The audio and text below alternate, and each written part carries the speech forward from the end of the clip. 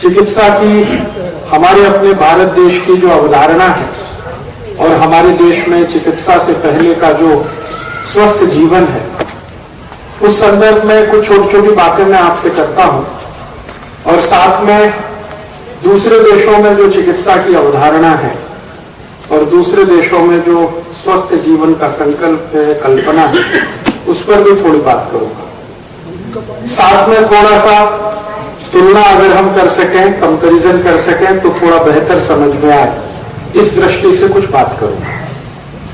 भारत देश जिसमें ये प्राकृतिक चिकित्सा या आयुर्वेद द्वारा हमें दी गई जीवन शैली, ये सच में बहुत अद्भुत है। ये वाक्य मैं तब कह रहा हूं जब दूसरे कई देशों में मैं जा चुका हूं और वहां से उत्पन्न एलोपैथी पर भी काफी अभ्यास कर चुका हूं। पिछले 10-12 वर्षों के मेरे अपने सार्वजनिक जीवन में मैंने यूरोप के कई देशों का प्रवास किया और वहां मैंने ये देखा कि जो चिकित्सा पद्धति उनकी है वो शायद उनकी मजबूरी की देन है। उनकी कुछ मजबूरियां हैं, उनकी कुछ सीमाएं हैं। वो सीमा और मजबूरी शायद उनको यही दे सकती थी, इससे ज्यादा कुछ संभव नहीं। तो वैसा कुछ उनके यहां है। भारत की जो चिकित्सा पद्धति है और जो जीवन शैली है, ये किसी मजबूरी की देन नहीं है। ये हमने स्वयं से काफी कुछ सीखकर, परंपरा से, सातत्य से बहुत कुछ सीखकर, बहुत सोच विचार कर, उसके सभी पक्ष समझ कर तय की है। यूरोप में ऐसा नहीं हो सका और उसका कारण क्या है? 2-3 छोटी बातें हैं जो तुरंत ध्यान में आती है। जैसे ही हम भारत से यूरोप जाते हैं तो सबसे पहले ध्यान में आता है कि हमारा जो मौसम है, हमारी जो जलवायु है, वो हमसे बहुत भिन्न है। यूरोप के किसी भी देश में आप चले जाइए, साल में 8 महीने सूर्य नहीं निकलता। साल में 8 महीने सूर्य नहीं निकलता। जरा कल्पना करिए कि कितनी गंभीर बात है। हमारे भारत देश में साल में कुछ 10-12 दिन ऐसे होते हैं जब सूर्य का प्रकाश नहीं मिलता, ठंड ज्यादा बढ़ जाती है, तो दिल्ली और दिल्ली के आसपास की जिंदगी रुक जाती है।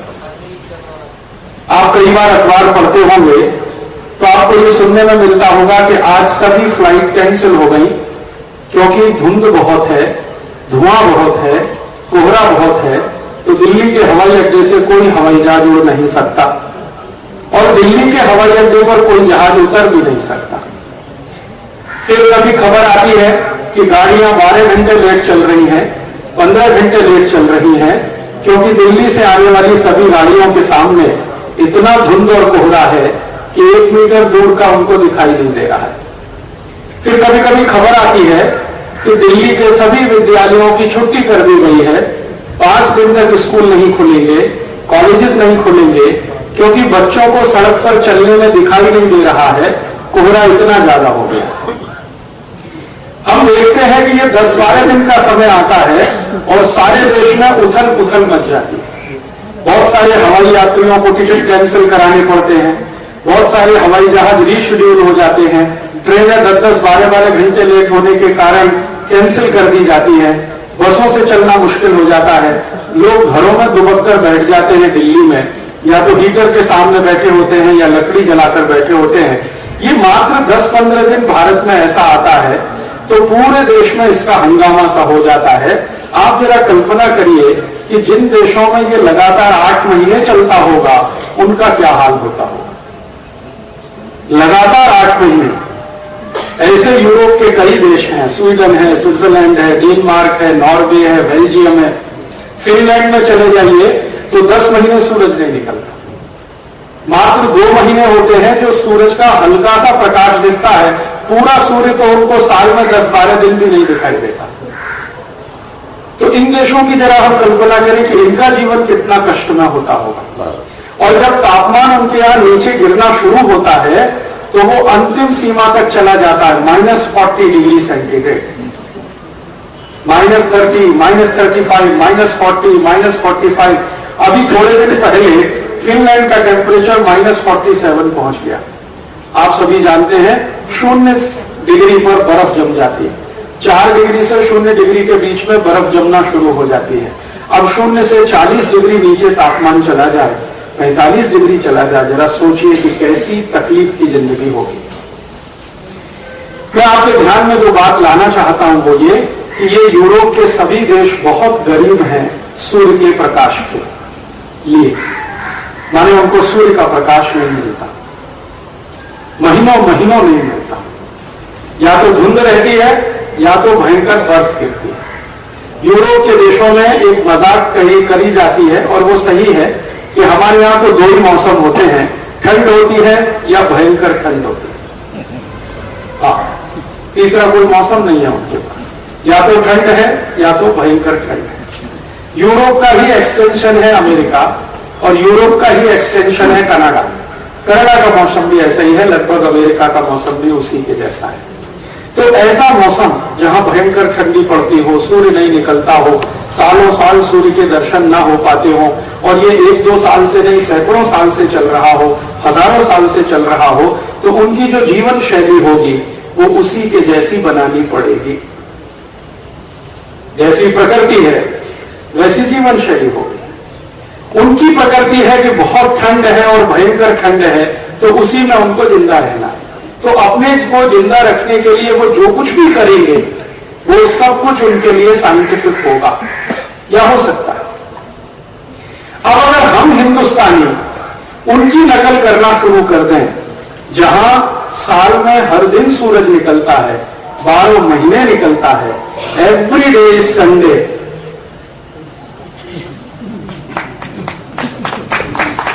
सोचिए ना, every day is Sunday. Sunday का मतलब छुट्टी का दिन नहीं है, संडे का मतलब सूर्य का दिन। तो भारत में every day is Sunday, every morning is good morning. Good morning से मतलब जिस दिन सूर्य का दर्शन हो जाए वो morning, good morning. Every night is good night, every afternoon is good afternoon, every Noon is good noon. इस देश में अद्भुत है। ये सबसे बड़ा अंतर मुझे दिखाई देता है यूरोप में, भारत में। और जब मैं यूरोप कहूंगा तो आप ये ध्यान रखना कि उसमें अमेरिका, कनाडा भी शामिल है। तो यूरोप में और भारत में सबसे बड़ा अंतर है सूर्य के प्रकाश का। हमें सूर्य का प्रकाश हजारों साल से, लाखों साल से, शायद करोड़ों साल से मिल रहा है। या हमारे शास्त्रों में जो कहा गया है कि जब से पृथ्वी है तब से सूर्य है, और कई शास्त्रों में ये कहा गया है कि सूर्य के कारण ही सब कुछ है। पृथ्वी भी है, चंद्र भी है, बृहस्पति भी है, शनि भी है, मंगल भी है, और ये सब एक दूसरे को बैलेंस किए हुए हैं, संतुलित किए हुए हैं। उसका मुख्य कारण सूर्य है। हमारे शास्त्र ये बात बहुत अच्छे तरीके से हमको समझाते हैं कि अगर सूर्य नहीं होता तो कुछ नहीं होता, और अगर सूर्य है तो सब कुछ है। आप जानते हैं कि मिट्टी में हम दाना डाल देते हैं, उस दाने में से अंकुरण होता है, वो सूर्य की कृपा है। अच्छे से अच्छा बीज आप मिट्टी में डाल दीजिए, अच्छे से अच्छी खाद उसमें मिला दीजिए, अगर सूर्य का प्रकाश नहीं है तो बीज में से कुछ भी अंकुरण नहीं होगा। हम जानते हैं कि अंकुरण होकर कोई पौधा जब बड़ा होता है तो वो सूर्य के प्रकाश से ही भोजन लेता है।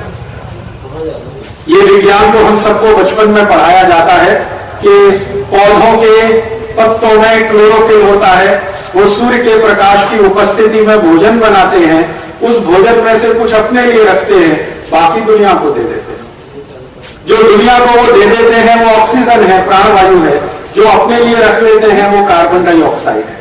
लेकिन ये होता सब सूर्य के प्रकाश में ही है।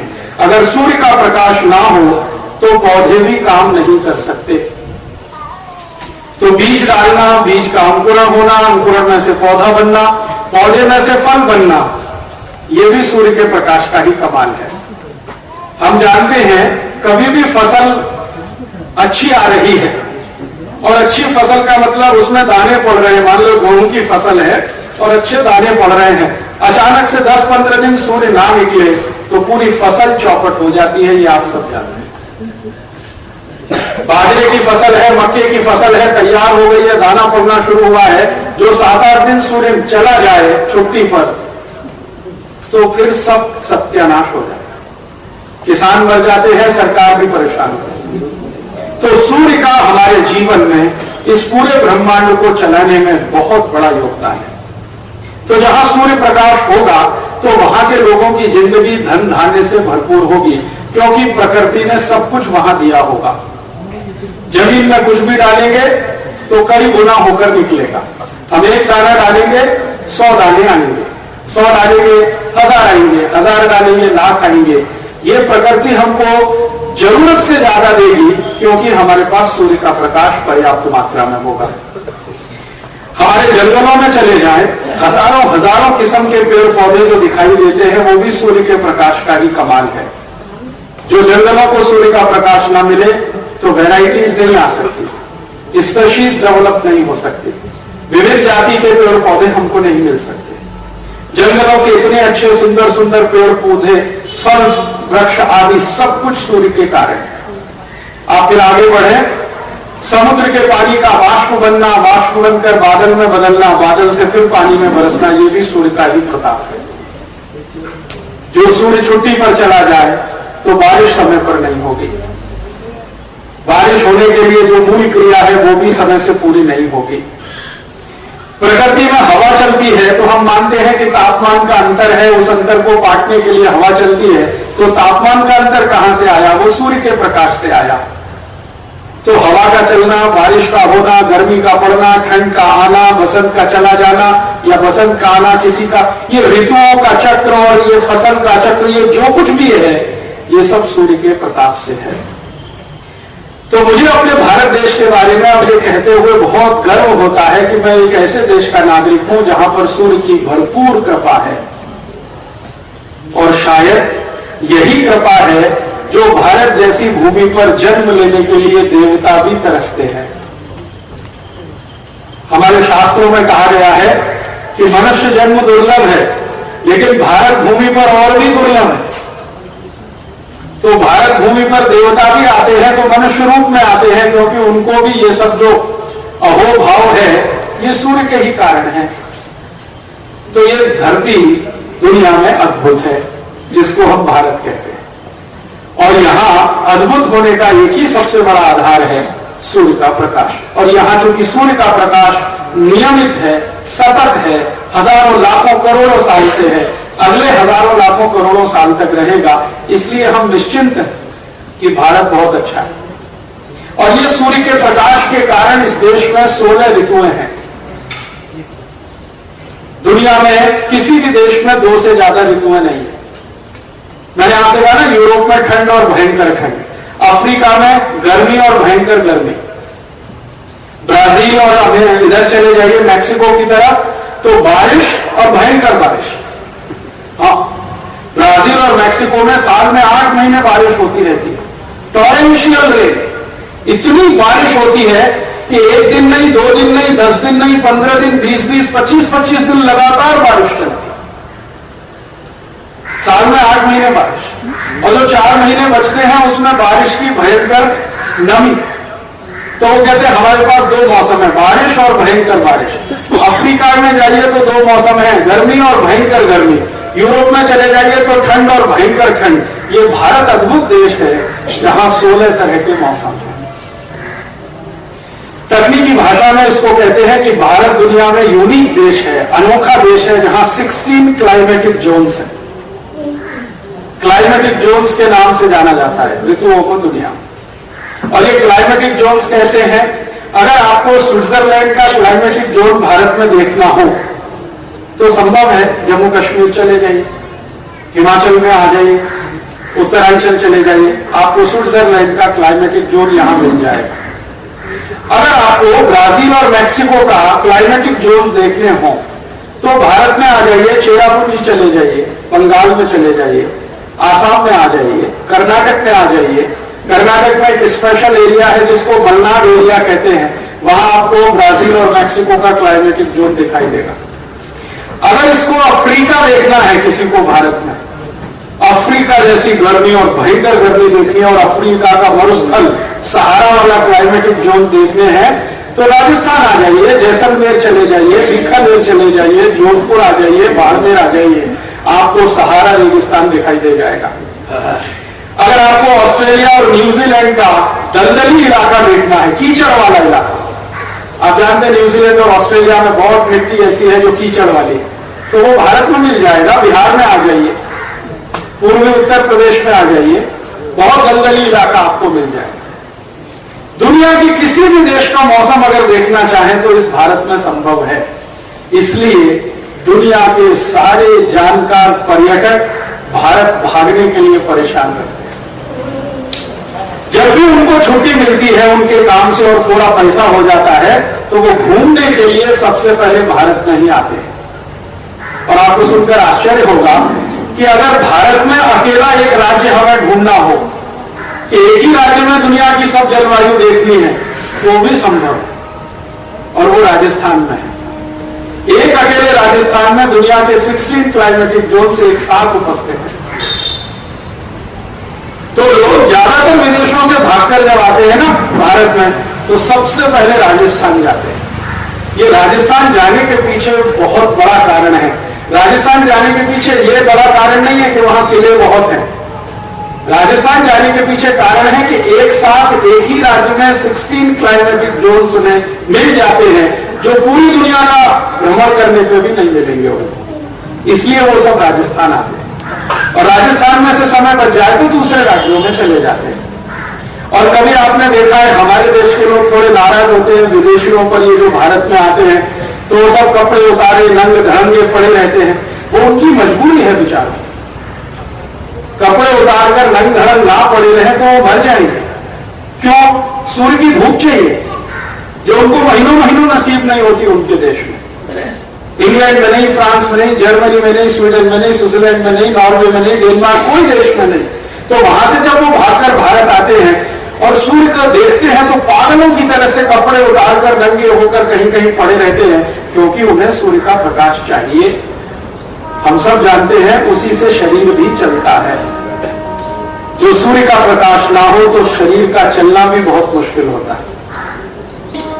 तो इसलिए वो भारत आके नंगे घूमते रहते हैं, क्योंकि हर समय उनको मुफ्त में सूर्य का प्रकाश मिलता है। और भारत सरकार ने आज तक सूर्य प्रकाश पर टैक्स नहीं लगाया, पॉकेट में दे रहे हैं उनको। जो इस पर हम टैक्स लगा दें तो इस देश का विदेशी कर्ज चुक जाएगा, इतनी इनकम हमें हो सकती है। मुफ्त में हमने किसी के लिए भी छूट दे रखी जो उनके यहां नसीब भी नहीं होता है। तो भारत एक ऐसा देश है। अब यहां पर 16 क्लाइमेटिक जोन्स हैं एक साथ, तो हमारी जो प्रकृति है, हमारी जो अपनी जीवन शैली है, हमारा जो रहन सहन है, खान पान है, वो उसी के हिसाब से बनेगा जैसा हमारा वातावरण और पर्यावरण है। यूरोप में दो ही तरह के मौसम है, मैंने आपसे कहा, या तो ठंड और भयंकर ठंड। तो उनकी जो जीवन शैली होगी, उनका जो रहन सहन होगा, उनका जो खान पान होगा, वो उसी हिसाब से बनेगा जैसा उनका वातावरण। और जो खान पान रहन सहन वातावरण से तय होगा तो चिकित्सा की पद्धतियां भी वातावरण से ही तय होंगी। अगर उनका वातावरण ठंड और भयंकर ठंड वाला है तो उनको ऐसी ही कोई चिकित्सा पद्धति चाहिए जो उस वातावरण में उनको मदद करे, सूट करे। और हमारे यहाँ चूंकि 16 क्लाइमेटिक जोन से 16 जलवायु क्षेत्र हैं, तो हमारी चिकित्सा पद्धति कुछ ऐसी होगी जो हमको सूट करे। तो सभी देशों की चिकित्सा पद्धतियां या जीवन शैलियां या खान पान के तरीके या रहन सहन के तरीके या आचरण के तरीके भिन्न होंगे, क्योंकि उनका मौसम और जलवायु बिल्कुल भिन्न है। अब थोड़ा आगे बढ़ते हैं। जिन देशों में ठंड और भयंकर ठंड होगी वहां का क्या पैदा होगा जमीन में जिसको वो खा सके। मैं पहली बार जब जर्मनी गया तो फ्रैंकफर्ट शहर में एक प्रोफेसर के साथ मेरा संवाद हुआ। उन्होंने मुझे लेक्चर देने के लिए बुलाया था, तो मैं गया था। तो मैंने उनसे पूछना शुरू किया, क्योंकि मैंने पहली बार जर्मनी देखा था। तो मैंने कहा आपके जर्मनी में क्या होता है? उनका क्या होता है पूछिए। तो मैंने पूछा गन्ना होता है? नहीं होता। केला होता है? नहीं होता। आम होता है? नहीं होता। संतरा होता है? नहीं होता। फिर ऐसे ऐसे मैं पूछना चला गया तो प्रोफेसर परेशान हो गया। उसने कहा आप ज्यादा मत पूछो, एक वाक्य में मैं बता देता हूं, दुनिया में जो भी मीठी चीज है वो जर्मनी में नहीं होती। कहानी खत्म। समझिए कितने गरीब लोग हैं, जरा इनकी गरीबी देखिए। जितनी भी मीठी चीज है दुनिया में वो कोई भी जर्मनी में नहीं होती। केला नहीं होता, संतरा नहीं होता, मौसमी नहीं होती, अंगूर नहीं होता, लीची नहीं होती, पपीता नहीं होता, आम नहीं होता, गन्ना नहीं होता, कुछ भी नहीं होता, मीठी कोई चीज नहीं होती। चलो मैंने कहा अच्छा इस चैप्टर को हम क्लोज करते हैं, दूसरा शुरू करते हैं। मैंने पूछा आपके यहाँ पालक होता? नहीं होता। मेथी होती है? नहीं होती। पत्ता गोभी होता है? नहीं होता। फिर बौखला गया। फिर उसने कहा राजीव भाई अभी आगे मत पूछो, जितने भी हरे पत्ते की चीजें हैं वो हमारे देश में नहीं होती। मैंने कहा भाई फिर होता क्या है तुम्हारे पास? तो उसने कहा दो ही चीजें होती हैं, एक तो आलू होता है और एक प्याज। बात तो हंसी की है लेकिन बहुत गहरी है। जिस देश में सिर्फ आलू और प्याज होगा वो देश कितना गरीब होगा, सोचे। उनको ले दे के खाने के लिए दो ही चीजें हैं, या तो आलू खाओ या प्याज खाओ, या तो प्याज खाओ या तो आलू खाओ, आलू में प्याज मिला के खाओ या प्याज में आलू मिला के खाओ। और क्या विकल्प है उनके पास? एक ही विकल्प है कि दुनिया के कुछ देशों को वो इन्फ्लुएंस करें, इंप्रेस करें और उनसे कुछ खरीदें। भारत उनको आम दे दे, अफ्रीका से पपीता मिल जाए, या कहीं से ब्राजील से गन्ना मिल जाए, या कहीं से कुछ ऐसी कुछ चीजें मिल जाए। यही तो संभव है, अपने आप उनके यहां कुछ नहीं होता। और ये जो जर्मनी की कहानी है ये यूरोप के 23 देशों की कहानी है। आप जर्मनी छोड़ डेनमार्क चले जाइए, उनसे पूछिए तुम्हारे यहां क्या होता है तो वो यही कहेंगे आलू होता है और प्याज होता है। डेनमार्क से थोड़ा आगे फिनलैंड चले जाइए, उनसे पूछिए तो वो कहेंगे हमारे पास सिर्फ आलू होता है, सिर्फ प्याज होता है। तो 23 देश यूरोप में ऐसे हैं जिनके पास आलू और प्याज के अलावा कुछ होता नहीं है। तो उनकी अगर कोई खान पान की शैली बनेगी तो आलू प्याज आधारित ही तो होगी। अगर हम उनकी डिशेज हैं, उनकी सूची बनाएंगे तो हर डिश में या तो आलू आएगा या तो प्याज आएगी, तीसरी कौन सी चीज आने वाली है? आलू प्याज के ही कॉम्बिनेशंस, परमोटेशंस हैं जो वो करते रहेंगे अपनी पूरी जिंदगी पर, हजारों साल, लाखों साल। तो उनके यहां चूंकि कुछ होगा नहीं जमीन में, तो फिर समस्या तो यही है कि खान पान में तो वही 2-3 चीजें होंगी। फिर जर्मनी वालों को पूछो कि यार ये ब्रेड कहां से ले आते हो? फिर तो आलू और प्याज ही होता है, गेहूं तो होता नहीं तुम्हारे यहां। तो कहते हैं आजकल कुछ एरिया में थोड़ा गेहूं होने लगा है, तो उस गेहूं से क्या बनाते हैं? ब्रेड बनाते हैं, पाव रोटी बनाते हैं, डबल रोटी बनाते हैं। तो रोटी क्यों नहीं बना लेते? ब्रेड बनाना, पाव रोटी बनाना उसी चीज से होता है जिससे हम रोटी बनाते हैं। गेहूं का आटा है, उसी से ब्रेड बनती है, उसी से डबल रोटी बनती है, उसी से बिस्किट बनता है और उसी से अपने घर में रोटी बनती है। रॉ मटेरियल तो एक ही है। तो मैंने उनसे पूछा तुम रोटी क्यों नहीं बना लेते? तो कहते आती ही नहीं है रोटी बनाने, कैसे बनती है? तो मैंने कहा गेहूं का आटा होता है, उसमें पानी मिलाओ। तो मैं जिस प्रोफेसर से बात करता था उसके घर में रहता था, एक दिन उसको गेहूं का आटा और पानी मिला के गूंद के रोटी बना के मैंने खिलाया। उस दूसरे दिन उसने ट्राई किया तो उसने आटे में पानी इतना मिला दिया कि वो घोल बन गया। फिर 15 दिन वो ट्राई करता रहा, उससे नहीं हुआ। फिर उसने मुझसे एक प्रश्न पूछा जिसको सुनकर आप सब हंसेंगे, लेकिन इसमें हंसने से ज्यादा सोचने की बात है। उसने कहा यार तुम्हारे देश में ये रोटी बनाने की कितनी फैक्ट्रियां हैं? तो मैंने कहा हमारे देश में रोटी बनाने की फैक्ट्री नहीं है। तो फिर कैसे बनाते हो? तो मैंने कहा वो तो घर घर में बनती है। तो घर घर में कौन बनाता है? मैंने कहा हमारे देश की माताएं और बहनें जानती है। तो कहने लगा अच्छा बिना मशीन के? फिर वो आश्चर्य क्या करता था, मैं जब गया था तो मेरे साथ खाखरा ले गया था। खाखरा आप समझते हैं गुजराती डिश है। तो मैं जब भी विदेश जाता हूं तो खाखरा लेके जाता हूं क्योंकि मैं शाकाहारी हूं, उनके किसी होटल में खाता नहीं। और खाखरा एक ऐसी चीज है जो महीने भर आराम से चल सकती है, खराब होती नहीं। तो मैं खाखरा बना के ले गया, मैंने उसको खाखरा खिलाया। तो तुरंत उसने पूछा कि भारत में खाखरा बनाने की इंडस्ट्री कितने हजार करोड़ की है? मैंने कहा ये घर घर में चलती है। फिर उसने कहा इतना गोल खाखरा कैसे बनता है? मैंने कहा बिना मशीन से हाथ से बनता है। तो बोलता है it is quite impossible, highly impossible, ये हो ही नहीं सकता। मैंने कहा आ जाओ एक दिन देख लो मेरे देश में आके। तो एक दिन वो अपने भरोसे को कंफर्म करने के लिए भारत आया। मैंने उसको कुछ गुजराती परिवारों में रहने के लिए 10-12 दिन रखा। वो देख के पागल हो गया। यहां से जब गया तो कहने लगा अगली बार मैं ईसा मसीह से प्रार्थना करूंगा मेरा जन्म भारत में हो। आपको सुनकर ताज्जुब होगा, यूरोप की कुल पॉपुलेशन 27 करोड़ है, उसमें 12 करोड़ महिलाएं हैं। किसी भी महिला को रोटी बनानी नहीं आती, कोई महिला वहां की रोटी बनाना नहीं जानती। और भारत में 110 करोड़ की जनसंख्या में लगभग 50 करोड़ माताएं हैं। एक भी मां ऐसी नहीं है इस देश में जिसको रोटी बनाना नहीं आता। इस सच्चाई के साथ कि हिंदुस्तान में रोटी बनाने के लिए कोई यूनिवर्सिटी नहीं चलती, कोई डिग्री कॉलेज नहीं चलता, कोई इंजीनियरिंग कॉलेज नहीं है, कोई कॉलेज नहीं है। माताओं से बेटियों को, बेटियों से फिर उनकी बेटियों को, बेटियों से फिर उनकी बेटियों को, परंपरा के साथ ये ज्ञान हजारों साल से चलता आया है। और रोटी भी इस देश में पता है 153 तरह की बनती है। गुजरात की रोटियां 13-14 तरह की रोटियां अकेले गुजरात में, महाराष्ट्र की रोटी, पंजाब की, हरियाणा की, किसी भी राज्य में चले जाइए रोटी की अलग अलग तरीके, अलग अलग डिशेस और अलग अलग उनके टेस्ट, अलग अलग उनके स्वाद। ये कैसे संभव है अपने इस देश में और वहां क्यों नहीं संभव है? उसका कारण है वातावरण, प्रकृति और पर्यावरण। हमारे दुनिया के वैज्ञानिक भी मानते हैं कि फंक्शनल नॉलेज जिस समाज में ज्यादा होती है उन्हीं समाजों में ये सब संभव होता है।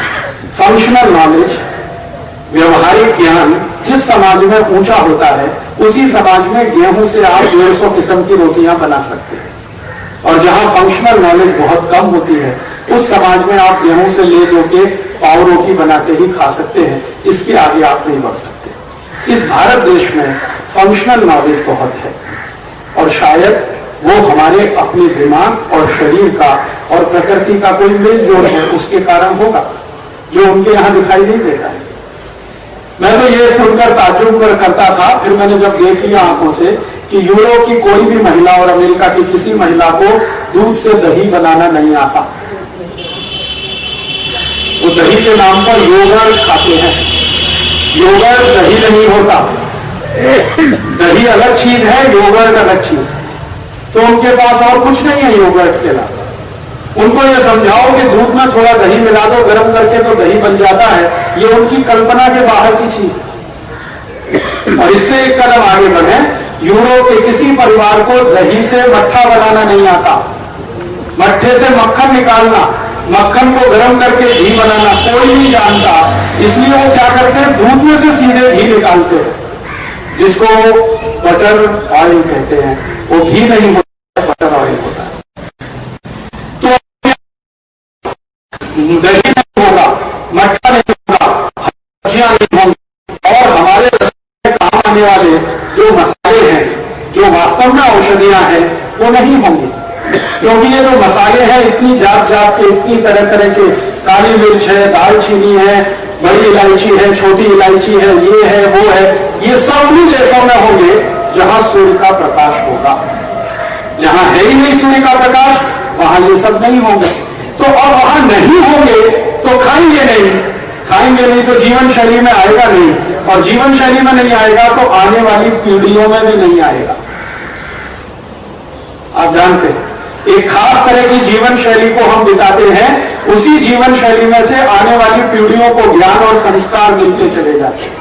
उनके यहां तो ये होगा नहीं तो खाएंगे पिएंगे नहीं इन सब चीजों को, उनकी जीवन शैली में ये आएगा नहीं, उनके रसोई में ये आएगा नहीं, तो उनकी रसोई और आपकी रसोई में जमीन आसमान का अंतर होगा। उनकी रसोई कैसी है, सप्ताह में एक दिन जाएं, कहीं से बड़ा पाव खरीद के लाएं, चाकू से काट काट के उसके छोटे पीस करें और आलू और प्याज के साथ खाएं, इसके अलावा और क्या। और आलू और प्याज से सब्जी बनाना भी ना आए तो बाजार से बनी बनाई डिब्बाबंद सब्जी लेके आए और उसको पाव रोटी और डबल रोटी से खाएं।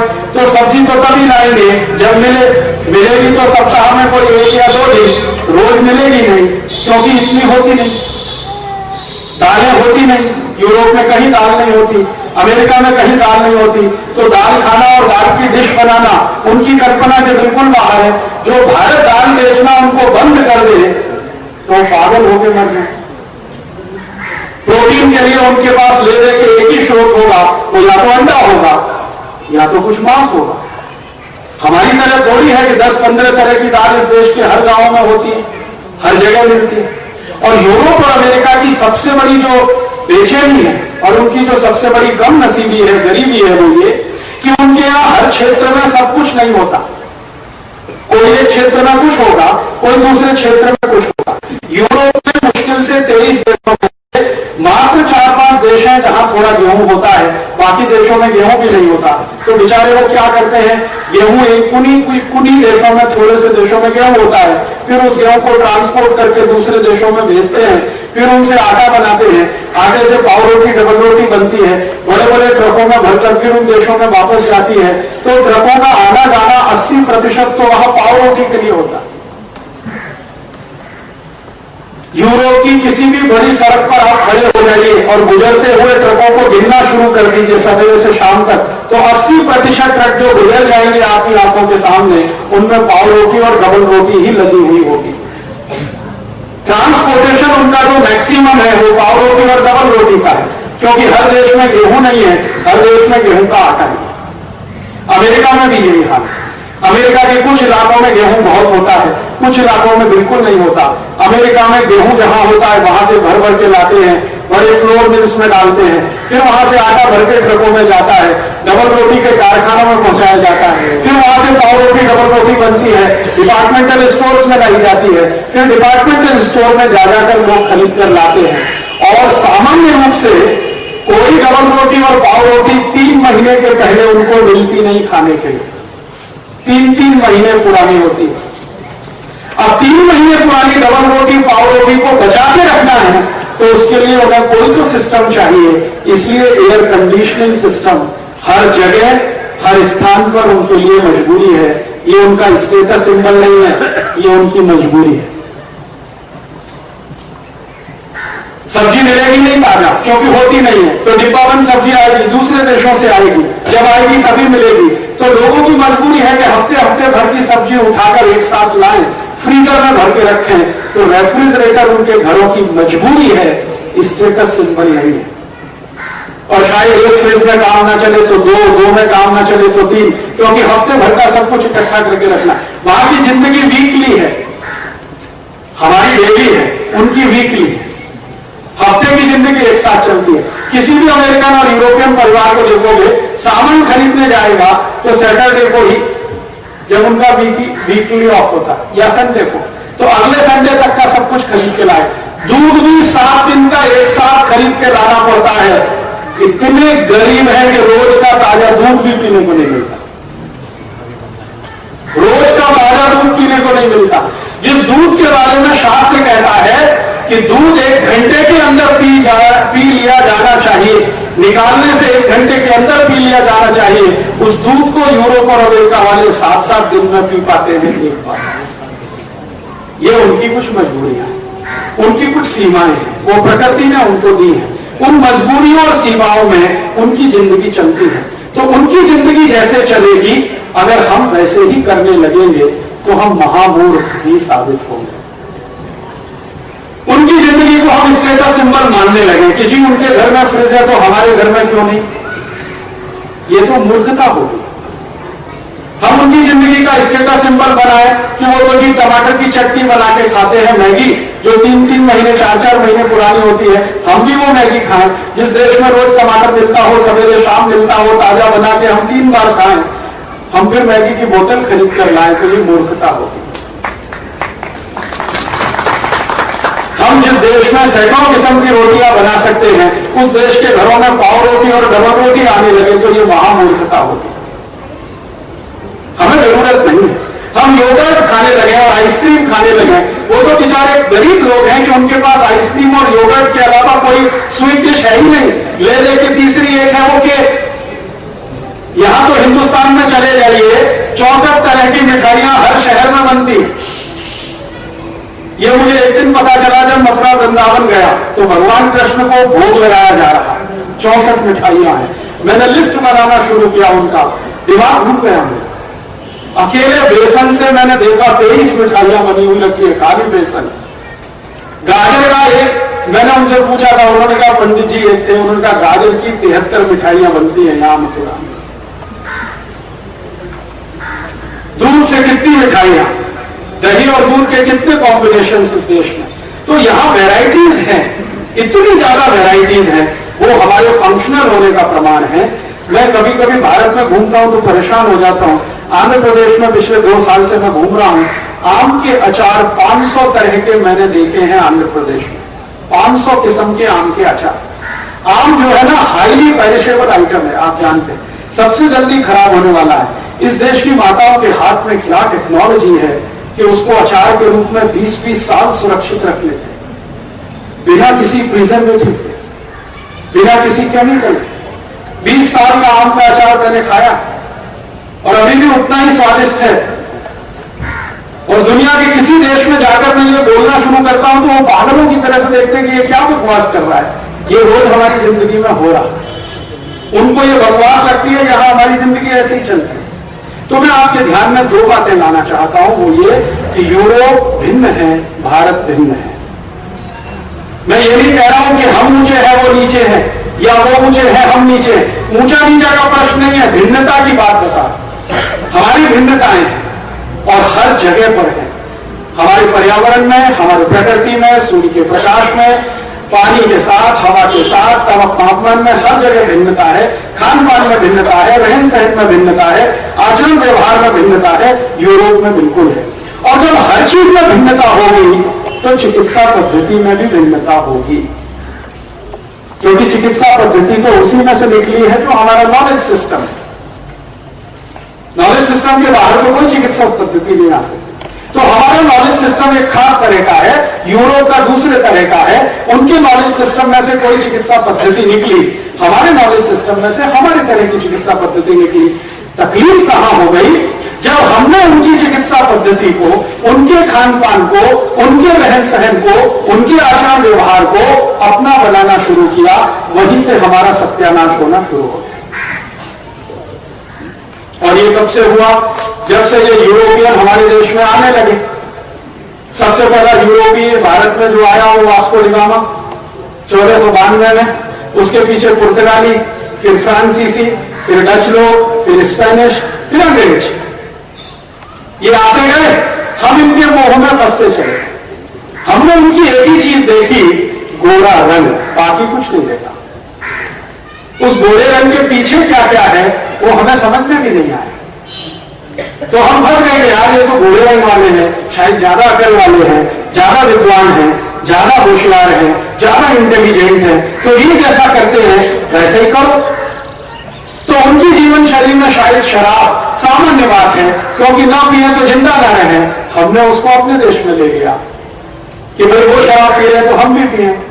उनकी जीवन शैली में कॉफी और चाय सामान्य बात है, क्योंकि जब बहुत ज्यादा ठंड होगी तो ब्लड प्रेशर मेंटेन रखने के लिए कॉफी पीनी ही पड़ेगी, कॉन्यक पीनी ही पड़ेगी, वाइन पीनी ही पड़ेगी, विस्की पीनी ही पड़ेगी, नहीं तो आपका ब्लड प्रेशर नॉर्मल रहेगा नहीं।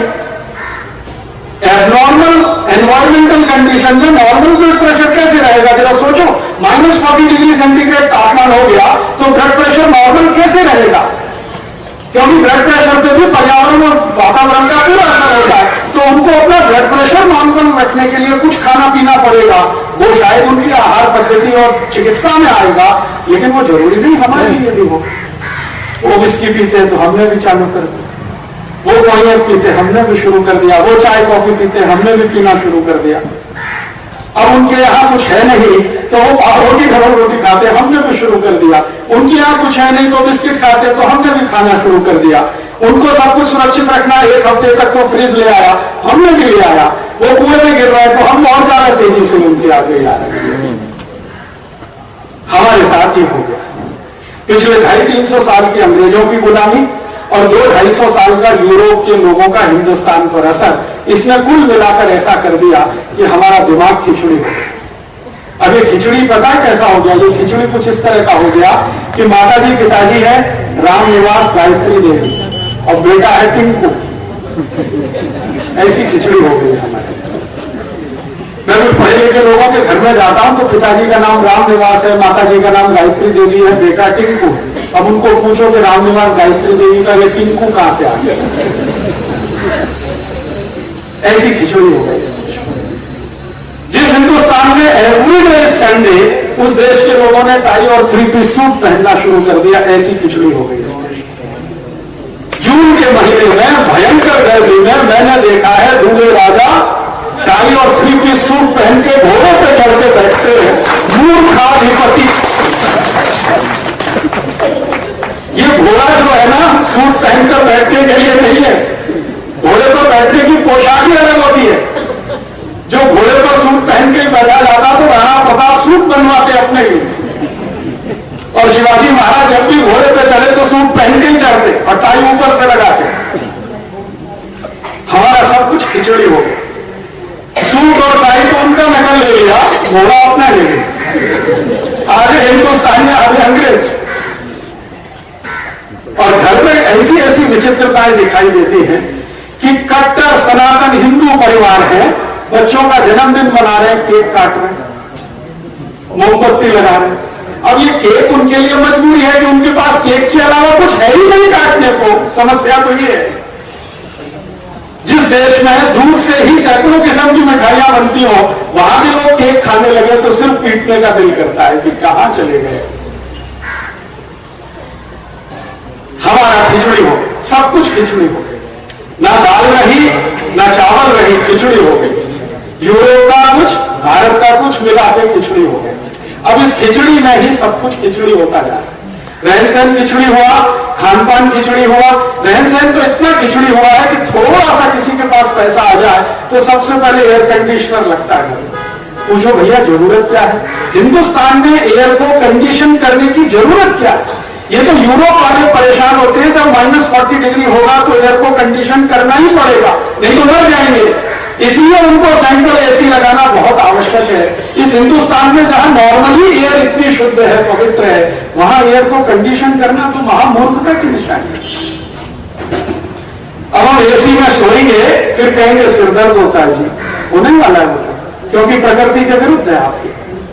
एसी में बैठकर सवेरे से शाम तक काम करेंगे फिर कहेंगे माइग्रेन होगा, वो तो होने ही वाला है। तो हमने अपनी पूरी जीवन शैली को, आचरण को, रहन सहन को, सबको क्लब कर दिया, मिक्स कर दिया, खिचड़ी बना दिया। दाल चावल अलग अलग रहता तो बहुत अच्छा था, वो मिक्स हो गया है, अब मुश्किल यही हो रही है। तो ये हर जीवन के क्षेत्र में दिखाई दे रहा है। अब मैं आता हूं आज के मुख्य विषय पर। ये जो भूमिका थी कि चिकित्सा में और खान पान में भी यही खिचड़ी जो आई, इसने हमारा सत्यानाश कर दिया। पता कैसा सत्यानाश किया? छोटे छोटे कुछ उदाहरण से बताता हूं। यूरोप के किसी भी देश में मैंने आपसे कहा कि आलू और प्याज, इसके अलावा कुछ होता नहीं, तो जो भी कुछ होगा बाहर से आएगा। अब बाहर से वो कच्ची सब्जी खरीदे फिर उनको अपने देश में पकाकर बेचे तो उनको टेक्नोलॉजी मालूम नहीं है। तो अब उन्होंने क्या किया है, दूसरे देशों से सीधे सब्जी बनवाकर खरीदते हैं। तो वो सब्जी अगर वो खरीदेंगे तो नमक मिला दिया अगर आपने सब्जी बनाते समय, तो वो तो 2-3 दिन से ज्यादा टिकने वाली नहीं। नमक जो है ना सब्जी में अगर पड़ गया तो ये सब्जी को टिकने नहीं देगा। ज्यादा से ज्यादा 2 दिन, कितने भी अच्छे से अच्छे फ्रीजर में रखो, 3 दिन बाद तो होने वाली है खराब। तो ये यूरोप और अमेरिका वाले बेचारे क्या करते हैं, जिन देशों से ये बनी बनाई सब्जियां खरीदते हैं, जैसे भारत से खरीदते हैं, अफ्रीका से खरीदते हैं, लैटिन अमेरिका से खरीदते हैं, तो हमारे यहाँ की जो कंपनियां उनको सब्जी बेचती है ना, उनमें से मेरा एक दोस्त भी है बंबई में, वो ये काम करता है। तो उसको इंस्ट्रक्शंस आते हैं कि भाई सब्जी डिब्बे में पैक करना, तो नमक नहीं मिलाना,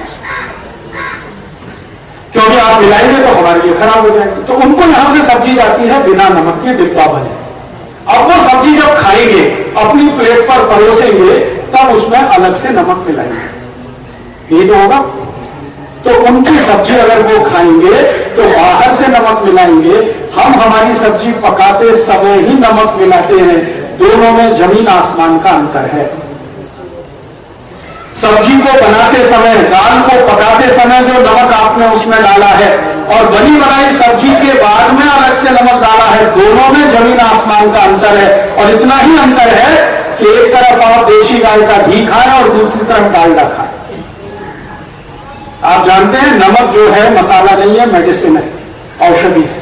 और नमक में माइक्रो न्यूट्रिएंट्स हैं, और एक नहीं है 18 माइक्रो न्यूट्रिएंट्स हैं नमक में। सोडियम है उसमें, कैल्शियम है उसमें, पोटेशियम है। शरीर को जो माइक्रो न्यूट्रिएंट्स की आवश्यकता होती है रोज, वो नमक में है। तो ये जो माइक्रो न्यूट्रिएंट्स है, सूक्ष्म पोषक तत्व, तो जब आप सब्जी को बनाते समय नमक उसमें डालेंगे तो माइक्रो न्यूट्रिएंट्स की भरपूर पोषकता आपको मिलेगी। और जो बाहर से नमक डालकर खाएंगे तो वो सीधे ब्लड प्रेशर ही बढ़ाएगा और कुछ नहीं करने वाला। ये बाहर से डाला हुआ नमक सब्जी या दाल में कभी भी खाए तो सीधे ब्लड प्रेशर बढ़ाएगा, क्योंकि माइक्रो न्यूट्रिएंट्स की जो पोषकता मिलनी चाहिए वो नहीं मिलने वाली। हम जो नमक पकाते समय डालेंगे उसमें माइक्रो न्यूट्रिएंट्स पर्याप्त होंगे। तो हम हिंदुस्तानी हजारों लाखों साल से यही करते थे। मैंने मेरे बचपन में मेरी माँ को देखा, मेरी दादी माँ को देखा, खाना बनाते समय माने सब्जी और दाल बनाते समय ही नमक डालती थी। हमारे बाहर से नमक मांगते थे तो डांटती थी दादी, तेरा दिमाग खराब हो गया, समझता नहीं है कुछ, विज्ञान पढ़ता है, थोड़ी भी विज्ञान नहीं समझती, ये बाहर से नमक नहीं डाला जाता। अब दादी को मैं एक्सप्लेनेशन पूछता तो वो बता नहीं पाती, क्योंकि कोई पीएचडी तो किया नहीं उसने, यूनिवर्सिटी तो गई नहीं, लेकिन उसको इतनी फंक्शनल नॉलेज जरूर थी कि नमक बाहर से नहीं डाला जाता। तब मैंने ध्यान देना शुरू किया कि भारत के जितने भी मंदिर हैं जहां पर प्रसाद बनता है भगवान के लिए, वहां निषिद्ध है नमक बाहर से डालना। मैं एक बार पुरी के मंदिर में गया, उड़ीसा में, मुझे प्रसाद चढ़ाना था। आप जानते हैं पुरी के मंदिर में दाल और चावल का प्रसाद चढ़ता है। दाल बनाते हैं हांडी में, चावल बनाते हैं हांडी में, दोनों को साथ ले जाके भगवान को प्रसाद देते हैं। तो हुआ क्या कि उसने दाल बना के चावल बना के दिया, तो दाल बनाते ही समय नमक डाल दिया। मैंने कहा भाई मैं नमक अलग से लेता हूं। उसने कहा पागल हो गए, भगवान को नहीं चढ़ाया जाता। बाहर से नमक डालकर दाल भगवान को नहीं चढ़ती, अपवित्र हो जाती है। तब मैंने सोचना शुरू किया कि ये पंडित भी कितना ज्ञानवान आदमी है। उसने कोई एमबीबीएस और एमडी का कोर्स नहीं किया है, लेकिन उसको मालूम है कि बाहर से नमक नहीं डाला जाता, भगवान को नहीं चढ़ाया जाता। क्यों? क्योंकि भक्तों को नहीं खिलाया जाता तो भगवान को कैसे खिलाए? अब ये ज्ञान हमारे यहां है, यूरोप में नहीं है। यूरोप में किसी भी घर में चले जाइए, कोई भी होटल में चले जाइए, खाना जब आपके पास आएगा तो अलग से नमक की शीशी साथ में आएगी, या तो मेज को ही रखी रहेगी, उसमें से आप नमक डाल लीजिए। और ये बाहर से नमक डालने वाले 100% हाई ब्लड प्रेशर के मरीज होंगे ही, दुनिया में कोई नहीं रोक सकता। तो उनका हाई ब्लड प्रेशर आया इस पद्धति से, हमने बुला लिया अपने आप।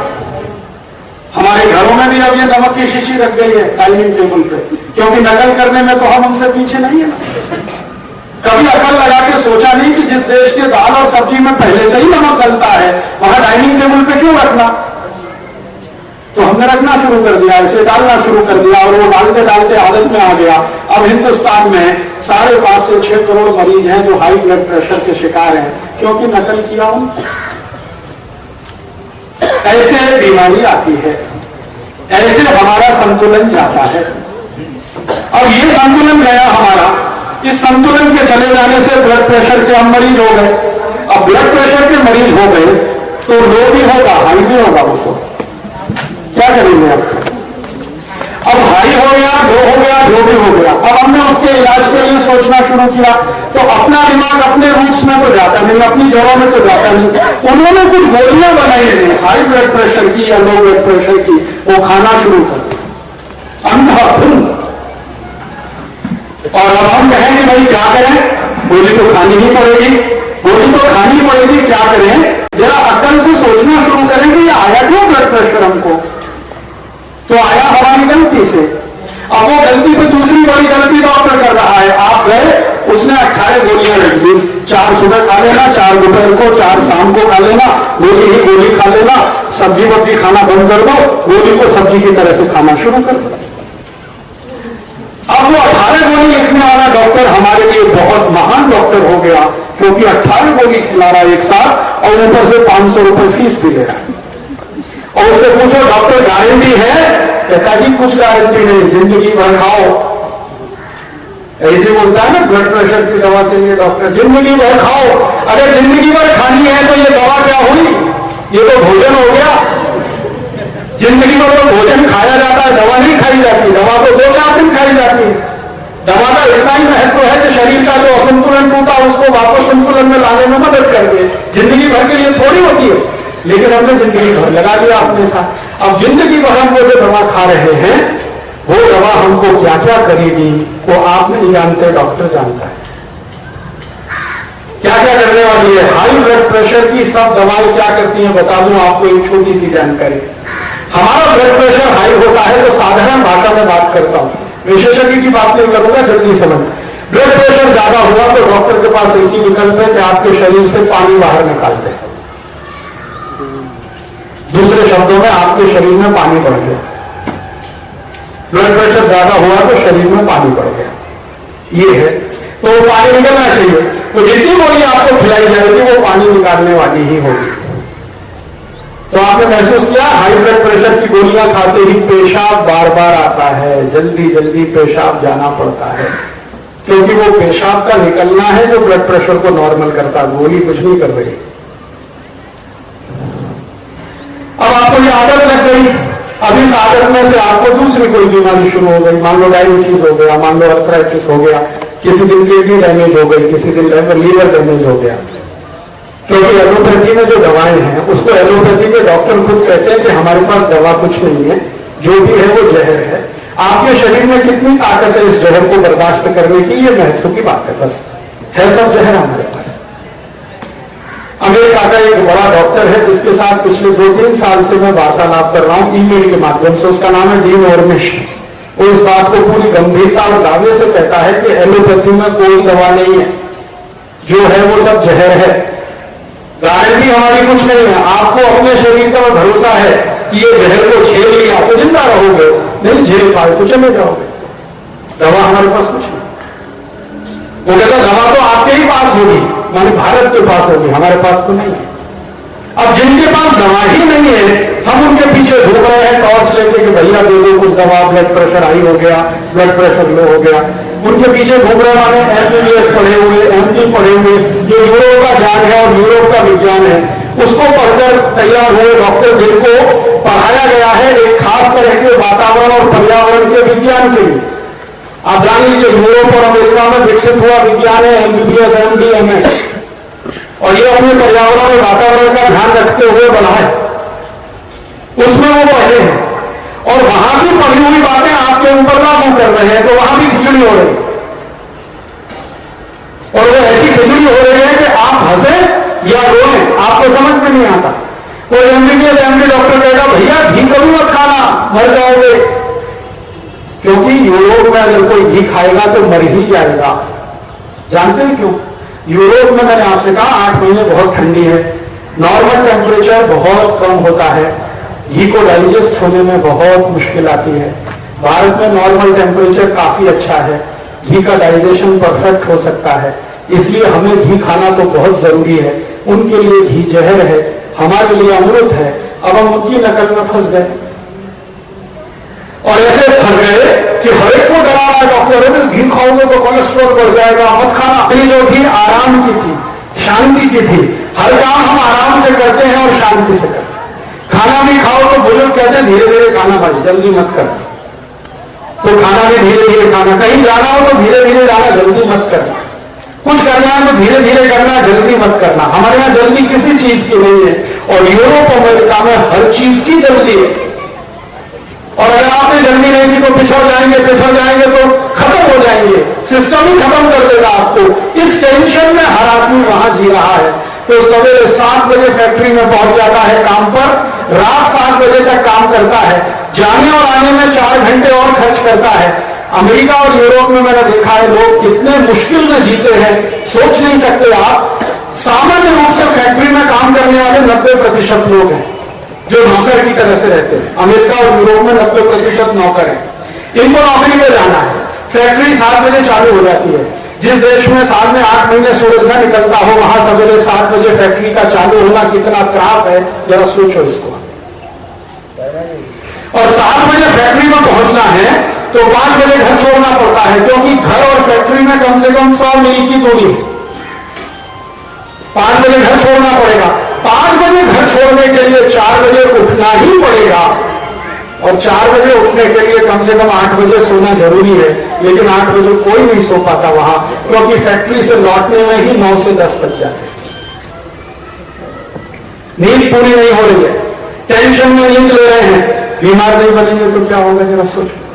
हमारे यहाँ कहा गया है अच्छा भोजन और अच्छी नींद बहुत आवश्यक है शरीर को स्वस्थ रखने के लिए। ना तो अच्छा भोजन मिल रहा है, ना अच्छी नींद मिल रही है, और टेंशन कितना जबरदस्त है। मैंने वहां की माताओं को देखा है, पुरुष और महिला पति पत्नी हो या लिविंग रिलेशनशिप में हो, जैसे भी हो, दोनों को नौकरी करनी पड़ती है। अगर दोनों नौकरी नहीं करेंगे तो घर नहीं चलेगा। तो पत्नी को भी काम पे जाना है 7 बजे, पति को भी काम पे जाना है 7 बजे, तो 7 बजे काम पे जाना है, रात को 9-10 बजे लौटेंगे। तो पति पत्नी नॉर्मल क्रियाओं से भी वंचित हैं जिंदगी में।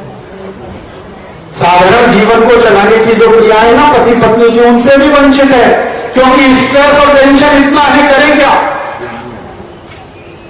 तो पति पत्नी अपने जीवन की साधारण क्रियाओं के लिए भी एक हफ्ते 15 दिन इंतजार करते हैं, कोई दिन छुट्टी मिले, भरपूर नींद लें, उसके बाद कुछ करें। ये तो उनकी बेचारगी है। और उससे भी बड़ी बेचारगी जब छोटे बच्चे हो जाए ना, तो और भी तकलीफ। बच्चों को घर रख नहीं सकते, दोनों को काम पे जाना है, आया घर में पाल रहे, ऐसी हैसियत 90% लोगों की नहीं है। आया को घर में रख सके किराए पर, ऐसी हैसियत 90% लोगों की नहीं है। तो क्या करते हैं, अपने बच्चे को क्रैश में छोड़ते हैं। तो मैंने वहां देखा माताओं को सवेरे 4 बजे गाड़ी चलाते हुए निकलती हैं, उनका छोटा सा बच्चा है, गाड़ी की जो सीट होती है ना, सीट उस पर कपड़े से उसको बांध के रखते हैं, क्योंकि गोद पर रख नहीं सकते। 3 महीने का बच्चा, 2 महीने का बच्चा, 1 महीने का बच्चा रो रहा है, चिल्ला रहा है, गाड़ी की सीट से बांधा हुआ है, स्पीड से गाड़ी दौड़ती जा रही है, उस बच्चे को क्रैश में छोड़ना है, इसका टेंशन है। क्रैश से छोड़कर फिर फैक्ट्री में पहुंचना है 7 बजे, उसका टेंशन है। शाम को 7 बजे फिर फैक्ट्री से बच्चे को लेने जाना है क्रैश में, उसका टेंशन है। रात को लाके थोड़ा दूध पिला के सुला देना है, फिर सवेरे उस बच्चे को छोड़कर आना है। ऐसी जिंदगी सालों साल चले, आप सोचो पागल हो जाओगे आप तो। मैं तो देख के ही पागल हूं। मैं सोचता हूं कितना सुखी है हम लोग। हमारे घर में किसी 2 महीने 3 महीने का बच्चा है तो ऐसा टेंशन मैंने तो किसी घर में नहीं देखा। दादी है, दादा है, नाना है, नानी है, बुआ है, फूफी है, मौसा है, मौसी है, ज्वाइंट फैमिली है। और जो बोल रही है तो पड़ोसी जिंदाबाद। हाँ, हमारे यहां तो पड़ोसी जिंदाबाद, सारी सेवाएं मुफ्त में करने को तैयार। सामने से आके आपके बच्चे को उठा के छाती से चिपका के ले जाएगा जैसे उसी का बच्चा है। दिन भर उसको अपने बच्चे की तरह से गले में लगाएगा, शाम को सम्मान से वापस दे जाएगा। वो कहेगा जी मुझे बहुत मजा आया आपके बच्चे के साथ खेलने में, पैसा कोई नहीं मांगेगा आपसे। अमेरिका में इतनी सर्विस अगर दे दी तो $500 मांग लेगी वो महिला के, दे दो $500 अब मुझे। ऐसा सुख का जीवन इस देश में। अमेरिका और यूरोप में कहीं भी चले जाइए, धोबी को कपड़े देने हैं धुलने के लिए तो घर कोई नहीं आता, आपको जाना पड़ेगा। प्रेस करवानी है, घर कोई नहीं आएगा, आपको देके आना पड़ेगा। दूध खरीदना है, घर में देने कोई नहीं आएगा, आपको जाना पड़ेगा। यहाँ ये सब कुछ घर के दरवाजे पर है और चिल्ला चिल्ला के बेचारे देके जाते हैं, बाबूजी भाजी ले लो। सवेरे भी आएगा, शाम को भी आएगा, और 2-4 कड़वी बात सुना दी तो भी उसको दम नहीं है। दूसरे दिन फिर आएगा, तीसरे दिन फिर आएगा। वो कहेगा बाबूजी भले भाजी मत लो लेकिन संबंध तो बना रहने दो। धोबी भी घर आके कपड़े ले जाता है, भाजी भी घर में मिल जाती है, दूध वाला घर में दूध आके दे जाता है। और अद्भुत इस हिंदुस्तान में है कि बाल बनाने वाला नाई घर में आके बना के चला जाता। अमेरिका में किसी को बोले तो कहते हैं हाईली इम्पॉसिबल, हो नहीं सकता कि नाई घर में आके आपकी दाढ़ी बना जाए। यहां सब कुछ अपने पास है, फिर हम पागलों की तरह से उनके पीछे लग गए। यही हमारे जीवन का सबसे बड़ा दुख है। इसी में से बीमारियां निकल रही हैं, इसी में से स्ट्रेस आ रहा है, मेंटल स्ट्रेस आ रहा है, और इसी में से परेशानियां इतनी बढ़ रही हैं। अब हम वहां तक पहुंच गए हैं कि हमने उनके जैसा अपना परिवार भी बनाना शुरू कर दिया है। यूरोप में पति पत्नी अलग रहते हैं, तो हमने अभी माता पिता से अलग रहना शुरू कर दिया है। थोड़े दिन में वहां भी अलग होना शुरू हो जाएगा। पहले ज्वाइंट फैमिली होती थी, अब इस देश में ज्वाइंट फैमिलीज देखने को नहीं मिलती हैं। न्यूक्लियर फैमिली, सिंगल फैमिली, और सिंगल फैमिली वाले इतने परेशान हैं अपने बच्चों को बड़ा करने में। दादा दादी का प्रेम नहीं, नाना नानी का प्रेम नहीं, मौसा मौसी फूफा फूफी का प्रेम नहीं, और जो दादा प्रेम से सिर पे हाथ फिराता है किसी बच्चे को, उसका जो स्पर्श का सुख है वो अमेरिका के किसी बच्चे को नहीं। आप जानते हैं अमेरिका के बच्चे स्पर्श के लिए तरसते हैं, माँ का स्पर्श नहीं, बाप का स्पर्श नहीं, दादा दादी नाना नानी का तो कोई कल्पना ही नहीं करता। और जिस बच्चे पर प्रेम से दादा दादी ने हाथ ही नहीं फेरा है तो बड़ा होकर या तो माइकल जैक्सन बनेगा या तो रिवॉल्वर और बंदूक चलाने वाला बने। तो ज्यादातर बच्चे वहां के वायलेंस में हैं, हिंसा में हैं और वल्गैरिटी में हैं। और अमेरिका और यूरोप की जेलों में 70% कैदी बच्चे हैं, बड़े नहीं हैं। इतनी हिंसा है इन देशों में। हिंसा तो होने वाली है। जिस बच्चे को बचपन से माँ बाप का प्यार नहीं मिला, माँ की गर्म गोद का जिसको एहसास नहीं, बाप के स्पर्श का जिसको कोई अंदाजा नहीं, वो तो बड़े होकर डाकू बने, डकैत बने, चोर बने, उचक्का बने, लुच्चा लफंगा बने। ये तो बिल्कुल संभव है। असंभव कहां है? बच्चे भाई बहन की पवित्रता नहीं जानते तो भाई बहन से बलात्कार कर लेता है, बहन भाई से बलात्कार करवा लेती है। अमेरिका में ऐसा बहुत होता है। ये तो बिल्कुल सामान्य हो गया है। अमेरिका में कई बच्चे तो जेल में इसलिए बन गए कि अपनी माताओं से बलात्कार किया और हत्या कर दी बच्चों ने। आपको सुनकर हैरानी होगी, अमेरिका एक ऐसा देश है जहां दुनिया में पर कैपिटा सबसे ज्यादा पुलिस है। पर कैपिटा सबसे ज्यादा पुलिस है। वहां हमारे भारत में 10,000 लोगों पर एक पुलिस है, 10,000 हिंदुस्तानियों पर एक पुलिस है। अमेरिका में हर 100 व्यक्ति पर एक पुलिस है। तो इसका माने भारत से कई गुना ज्यादा पुलिस है। फिर भी अमेरिका में दुनिया में सबसे ज्यादा क्राइम है, सबसे ज्यादा वायलेंस है। 1 मिनट में सबसे ज्यादा बलात्कार दुनिया में अमेरिका में ही होते हैं। 1 मिनट में सबसे ज्यादा छेड़खानी की घटना अमेरिका में होती है। 1 मिनट में सबसे ज्यादा हार्ट अटैक भी अमेरिका में ही आते हैं। और सबसे ज्यादा बीमार लोगों का समाज वही अमेरिका है। अमेरिका की सड़कें बहुत चिकनी है, आपको मालूम है? इतनी चिकनी है कि सड़क पर गाड़ी चले तो पता नहीं चलता हम सड़क पे चल रहे हैं या हवा में उड़ रहे हैं। फिर भी सबसे ज्यादा पीठ दर्द के मरीज अमेरिका में ही पर कैपिटा। इतनी चिकनी सड़क पे गाड़ियां ही गाड़ियां दौड़ती हैं, फिर पीठ का दर्द क्यों होता है? हम हिंदुस्तानियों के देश में होना तो संभव है, क्योंकि यहां सड़क ही नहीं है, खड्डे ही खड्डे हैं। सड़क के बीच में खड्डे, खड्डे के बीच में सड़क, बार बार गाड़ी ऊपर नीचे होती है। हमको पीठ का दर्द हो तो समझ में आता है। वो इतनी चिकनी सड़क पर दौड़ने वाले फिर भी पीठ के दर्द के मरीज हैं। तो अब वहां के लोगों ने बोलना शुरू किया है, डॉक्टरों ने, कि भैया हमारे देश में 90% बीमारी साइकोसोमेटिक है। अब ये सत्य स्वीकार कर रहे हैं। साइकोसोमेटिक माने जीवन शैली में से उत्पन्न रोग। तो अब वो जीवन शैली बदले तो वो ठीक हो, जीवन शैली बदल नहीं सकते क्योंकि पर्यावरण और प्रकृति उनकी ऐसी है नहीं। तो वो तो बेचारे अभिशप्त हैं इसी में डूबने के लिए और मरने के लिए। मैं आपसे निवेदन करने आया हूं कि आप इसके लिए अभिशप्त नहीं। अगर आप इस देश में रहते हैं, स्वस्थ रहना चाहते हैं, तंदुरुस्त रहना चाहते हैं, बिना दवा के जीवन शैली बदल दीजिए। ये अमेरिका और यूरोप वाली जो जीवन शैली है हमारी, सवेरे से लेकर शाम तक, इसको बदल दीजिए। भारतीयता वाली जीवन शैली में आ जाइए। आपकी 90% बीमारियां ऐसे ही चली जाएंगी और 10% बीमारियां आपकी, जो आप भारतीयता के इन मूल्यों को स्वीकार कर लें कि जीवन सिर्फ अपने लिए नहीं है। अगर अपने लिए है तो वो पशु का जीवन है, परमार्थ के लिए ये जीवन है। तो बाकी 10% लोग इसी में से निकल जाएंगे। तो आप बोलेंगे हमें क्या करना है? सवेरे से शाम तक आप एक लिस्ट बनाइए अपनी जिंदगी में और देखिए कि कहां कहां आप भारतीय हैं और कहां यूरोपीय हैं। जहां जहां आप यूरोपीय हैं उसको बदल के भारतीय हो जाइए, आप ठीक हो जाएंगे, डॉक्टर के पास जाना नहीं पड़ेगा। तो कहां से शुरू करें? सवेरे सोकर उठने से शुरू करिए। सोकर जब आप उठते हैं तो भारतीय हैं या यूरोपीय हैं देखिए।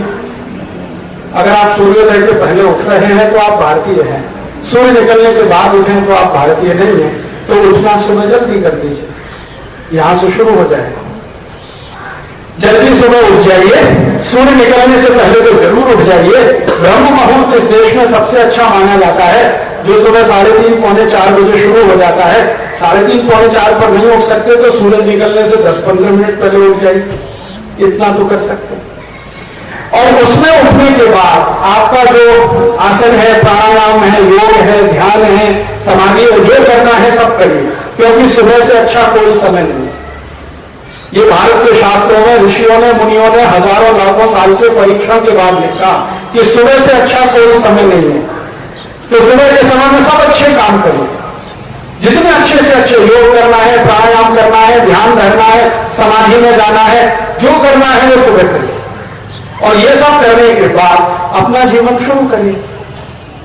यहां से शुरू करिए, फिर आगे बढ़े थोड़ा, आप नाश्ता करने के लिए हैं, तैयार हो रहे हैं, स्नान सुबह ही कर लीजिए, क्योंकि भारतीय आयुर्वेद शास्त्र में सुबह का समय ही स्नान के लिए सर्वोत्तम है।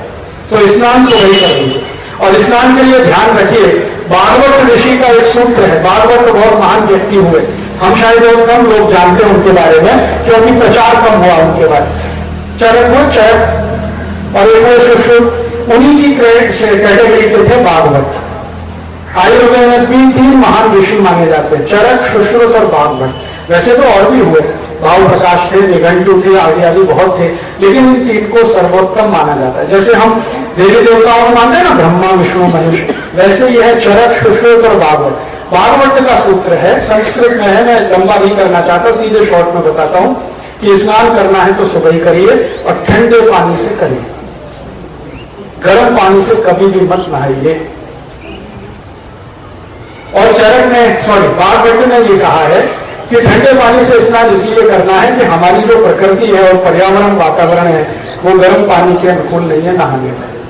गर्म पानी से नहाना सिर्फ उनके लिए है जो कोई गंभीर और बीमार है, रोग से पीड़ित, बहुत गंभीर कोई रोग है आपको, तो गर्म पानी से नहाने की छूट है। अन्यथा अगर आप स्वस्थ हैं और जिंदगी भर स्वस्थ रहना चाहते हैं तो ठंडे पानी से ही नहाइए। और जैसे आप ठंडे पानी से नहाएंगे तो शरीर खुद उसको बैलेंस कर लेता है।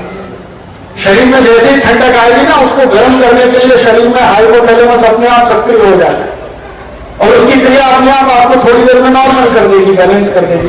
गंगा जी में नहाते हैं गर्म पानी से, अभी कुंभ चल रहा है ना इलाहाबाद में, सब ठंडे पानी में डुबकी लगाते हैं और सुना है कि वो सब बीमार हो जाते हैं। जो भी कुंभ नहाने जाते हैं सब बुखार लेके आते हैं। मैंने तो ये सुना है कि बुखार लेके गए और कुंभ नहा के लौटे तो ठीक हो गए। एक स्वामी शिवानंद थे, अब जीवित नहीं है, योग के बहुत महान माने विद्वान व्यक्ति थे।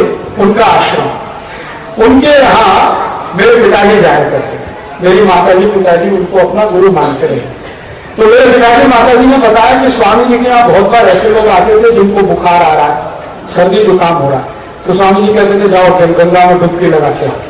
तो बेचारे परेशान हो जाते, तो गंगा, और वो भी ऋषिकेश की गंगा, यहां भी नहीं, कानपुर इलाहाबाद की गंगा, ऋषिकेश की गंगा, पानी डालो तो शुद्ध हो जाता है।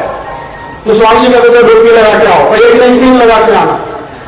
और मेरे माता पिता बताते हैं कि जिनको भी भेजा गंगा में डुबकी लगाने, लौट के आए तो बुखार नहीं, सर्दी नहीं, जुकाम नहीं।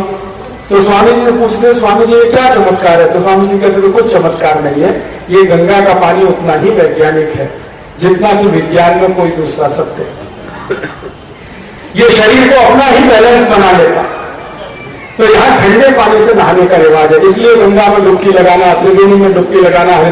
अगर जो ठंडे पानी से नहीं नहाना होता तो कोई आयुर्वेद चिकित्सक ये नहीं बोलता आपको कि गंगा में नहाओ। वो कहते घर में नहाओ, गंगा का पानी ले आओ, गर्म करो, फिर नहाओ। नहाना ठंडे पानी से ही, पीना गर्म पानी, नहाना ठंडे पानी से। भारत का जो नियम है वो ठंडे से नहाना, गर्म पानी पीना। यूरोप में उल्टा है, ठंडा पानी पीना, गर्म से नहाना। आपको मालूम है यूरोप और अमेरिका में सब लोग ठंडा पानी पीते हैं। इतना ठंडा पानी होता है कि फ्रिज में रखेंगे, ऊपर से बर्फ डालेंगे, चिल्ड वाटर, फिर पिएंगे। फिर मैंने उसका परिणाम भी देखा कि यूरोप में जितने लोग फ्रिज का चिल्ड वाटर पीते हैं, सवेरे संडास घर में जब जाएंगे तो 1-1 घंटे बाहर ही नहीं आएंगे, अंदर ही बैठे रहते हैं। पूछे भैया 1 घंटे क्या कर रहे थे टॉयलेट रूम में? तो कहते न्यूज़पेपर पढ़ रहे थे। क्यों पढ़ रहे थे न्यूज़पेपर? पेट साफ नहीं होता, संडास नहीं उतरते, खूब जोर लगाते हैं फिर भी नहीं उतरते। बेचारे कभी कभी गाना भी गाते हैं, मेरे सपनों की रानी कभी आएगी, फिर भी नहीं आती। और कुछ लोग तो इतने त्रस्त होते हैं कि कमोड पे बैठने कहते एक बार आजा आजा आजा, वो एक बार भी नहीं आती। मैक्सिमम यूरोप और अमेरिका के लोगों को मैंने देखा, उनको कॉन्स्टिपेशन है, कब्जियत है, और इतनी कब्जियत है कि 2-2 दिन पेट साफ नहीं होता, 3-3 दिन नहीं होता। और उसका कारण है चिल्ड वाटर, एकदम ठंडा पानी पीते, बर्फ डाला फ्रिज में रखा हुआ। भारत में इसका उल्टा है, पानी पीने को हल्का गर्म, और नहाने को ठंडा। तो सवेरे उठिए ब्रह्म मुहूर्त में, फिर उसके बाद पीजिए पानी, तो पानी हल्का गुनगुना करके पीजिए, और पानी नहाने के लिए तो ठंडा रखिए, पीने के लिए हमेशा गुनगुना रखिए। फिर आगे चले, नाश्ते की बात आती है तो अपने भारत देश में और यूरोप में थोड़ा अंतर है। मैंने आपसे फिर कहा कि वहां का पर्यावरण हमारे से बिल्कुल अलग है। यहाँ जो नाश्ता करना है वो बहुत ज्यादा होना चाहिए, हैवी, भारत में, क्योंकि यहाँ जो अग्नि है ना पेट की, जठराग्नि, इसका संबंध सूर्य के साथ। तो सूर्य जैसे ही सुबह उठता है अग्नि प्रदीप्त हो जाती है, तो उस समय आप जितना ज्यादा खाएंगे उतना ही आपके लिए अच्छा है। तो आपको एक सरल सूत्र में समझाता हूं याद रखने के लिए कि सुबह का नाश्ता राजा की तरह से करिए, भरपेट करें, जितना खा सकते हैं सुबह खा लीजिए, और दोपहर का खाना उससे कुछ कम करिए, और शाम का बिल्कुल कम करिए। सुबह का खाना राजा की तरह से खाइए, दोपहर का साधारण नागरिक की तरह से, रात का भिखारी की तरह से खाइए। रात को कम से कम, दोपहर को मीडियम, और सुबह सबसे ज्यादा। माने आपका ब्रेकफास्ट हैवीएस्ट, लंच मीडियम और डिनर लाइट। ये परंपरा है भारत की, क्योंकि प्रकृति और पर्यावरण, सूर्य से हमारा जठर का संबंध है। सूर्य जब तक है खाना अच्छा पचेगा, जब सूर्य नहीं है शाम को तो खाना कम खाइए या बिल्कुल मत खाइए, तो बहुत ही अच्छा है। थोड़ा और आगे चले, खाना खाएं तो भारत की पद्धति और परंपरा से खाइए, जमीन पर बैठकर आसन की स्थिति में। जो सुख आसन है ये सबसे अच्छा आसन है। यूरोप वाले डाइनिंग टेबल पे खाते हैं क्योंकि मजबूरी है। मजबूरी उनकी क्या है कि उनके ये पैर के जो घुटने हैं और कमर, ये सभी जॉइंट्स है ना, ये बहुत कड़क है, क्योंकि ठंड में रहते हैं ना। आप एक छोटा एक्सपेरिमेंट करिए, मैंने किया था। एक बार मैंने बर्फ की सिल्लियां लगा दी चारों तरफ और उसके अंदर लेट गया, और थोड़ी देर के बाद जब मैं उठा तो सब कुछ अकड़ गया था। तो मैंने कल्पना कर ली कि ये यूरोप वाले बेचारे चारों तरफ बर्फ से घिरे 8 महीने ऐसे ही रहते हैं, तो सब कुछ कड़क है उनका, जॉइंट सब कड़क है।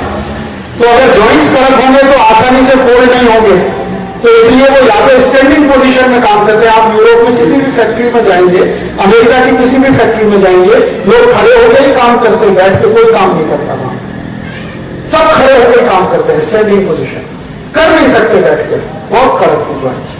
बार बार बैठना उठना उनके लिए संभव नहीं है, तो दिन भर खड़े रहते हैं। हमारे लिए ये नहीं, हमारे जॉइंट्स तो बहुत ही सॉफ्ट है, हमारा सब कुछ सॉफ्ट है, स्किन भी सॉफ्ट है, जॉइंट्स भी सॉफ्ट हैं, गम्स भी सॉफ्ट है। हिंदुस्तान के हर आदमी की हड्डियां यूरोप की तुलना में बहुत सॉफ्ट है। तो हमारा सॉफ्ट है, तो बार बार इसमें फ्लेक्सिबिलिटी बनी रहे, तो उठना बैठना चालू रहे, तो बैठ के खाना खाना, ये आलती पालती मार के तो अच्छे से आप करें, तो जमीन पे खाना खाइए, डाइनिंग टेबल हटा दीजिए, बहुत कॉस्टली है। हाँ, दोनों हिसाब से, बीमारी के हिसाब से भी और खरीदा है आपने उसके हिसाब से। आप घर के जितने बड़े इलाके में डाइनिंग टेबल रखते हैं, ये इलाका कम से कम 20 स्क्वायर फीट तो होगा या 25 स्क्वायर फीट तो होगा। 1 स्क्वायर फीट जमीन कितने की है भिलाई? 500। तो 25 स्क्वायर फीट, 25 में 500 का गुणा कर लो, 7,500 रुपए का खर्चा। मैंने इनकम आपने ब्लॉक की हुई है हर दिन की, घेर के रखा है उसको, काम नहीं आ रही है बुजुर्ग, क्या मूर्खता है। हटा दीजिए इस डाइनिंग टेबल। आप लोग क्या करें, बेच दीजिए कबाड़ी को, कुछ काम आ जाएगी उसके, हाथ पैर निकाल के बेच लेगा उसको। आपको तो जमीन पर बैठ के खाना, क्या जरूरत है इस डाइनिंग टेबल? तो जमीन पर बैठ के खाना खाइए, फिर जमीन पर बैठ के ही पानी पीजिए और जमीन पर लेटिए। इस देश में ये 3 चीजों के बारे में बार बार कहा गया है, जमीन पे खाना है, जमीन पे ही पानी पीना है, जमीन पे ही सोना है, बेड पे सोना भी अच्छा नहीं। तो धीरे धीरे हम यूरोप से भारतीयता में आना शुरू करते हैं, और आप देखेंगे आपकी बीमारियां चुपचाप शरीर से विदा होना शुरू हो जाए। और इसके लिए हमारे देश में सबसे अच्छा शास्त्र कोई है, जो मैं कुछ बोल रहा हूं ना, ये मेरी अपनी बात नहीं बोल रहा हूं, ये भागवत ऋषि की लिखी हुई बातें बोल रहा हूं। बस इतना ही अंतर है कि उन्होंने सब कुछ संस्कृत में कहा, मैं आपको सीधे हिंदी करके बता रहा हूं। भागवत ऋषि ने 2 किताबें लिखी हैं, मौका मिले जरूर पढ़िए। आपकी जिंदगी में 2 पढ़ने लायक किताबें मैं बता रहा हूं। रामायण पढ़ सकते हैं, बहुत अच्छा नहीं पढ़ सकते तो ये भागवत की जरूर पढ़ लीजिए। रामायण पढ़े ना पढ़े कोई फर्क नहीं पड़ता, क्योंकि राम आपके हृदय में है। महाभारत पढ़े ना पढ़े कोई फर्क नहीं पड़ता, भागवत ऋषि की 2 किताबें जरूर पढ़िए। एक का नाम है अष्टांग हृदय और दूसरी है अष्टांग संग्रह। अष्टांग हृदय और अष्टांग संग्रह मैंने मेरी जिंदगी में सैकड़ों किताबें पढ़ी हैं, अलग अलग तरह की, इंजीनियरिंग की पढ़ी है, साइंस की, फिजिक्स की, बेसिक फिजिक्स की, लेकिन मेरी मान्यता है जितनी अच्छी ये 2 किताबें हैं शायद दुनिया में कोई नहीं।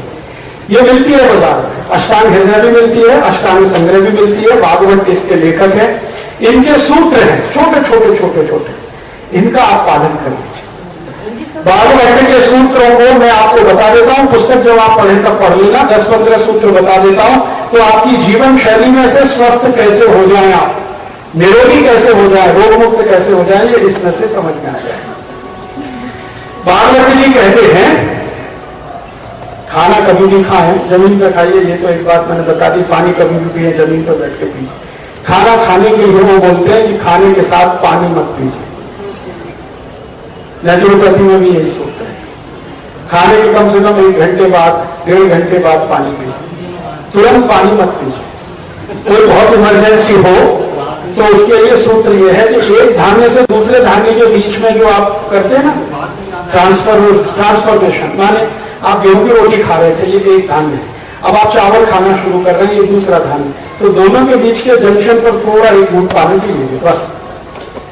जैसे रोटी खाना पूरा हुआ, अब आप चावल खाना शुरू कर रहे हैं तो 1 घूंट पानी पी के फिर चावल खाना शुरू करिए, इतने की ही अनुमति है। और खाना खाना शुरू कर रहे हैं तो 1 घूंट पानी पी के शुरू करिए, ये एक दूसरी अनुमति है। ये गड़गड़ लोटा भर के पीना ये बहुत खतरनाक है, मत कीजिए। और इसका कारण सीधा सीधा सा ये है कि आप जो कुछ भी खाते हैं उसका पाचन होने के लिए अग्नि प्रदीप्त होती है, और अग्नि प्रदीप्त होगी और आप पानी पी लेंगे तो अग्नि शांत हो जाएगी, तो फिर खाने का पाचन नहीं होगा, तो खाना सड़ेगा, सड़ा हुआ खाना सैकड़ों रोग पैदा करेगा। खाना पचना चाहिए, इसके लिए आवश्यक है कि आप पानी 1-1.5 घंटे बाद पिए। मैंने ये देखा है जानवर जितने हैं ना प्रकृति में, ये सब बाघ भट्ट के चेले हैं, सब जानवर, गाय भैंस बकरी बकरा घोड़ा गधा कुत्ता सब बाघ भट्ट के चेले। मैंने किसी भी जानवर को खाने के साथ पानी पीते नहीं देखा।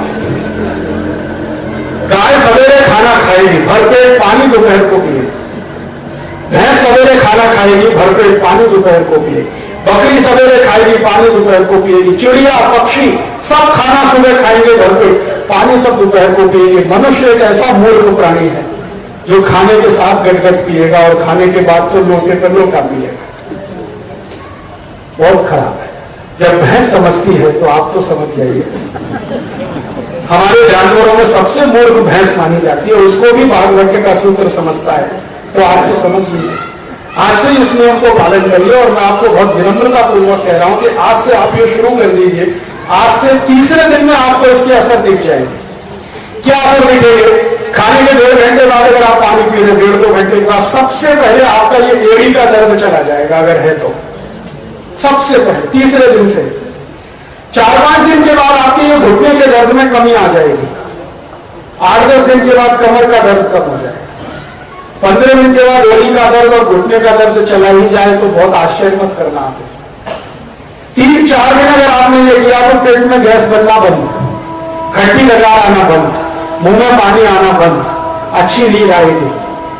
ये सब 3-4 दिन में शुरू हो जाएगा। आज से शुरू कर दीजिए।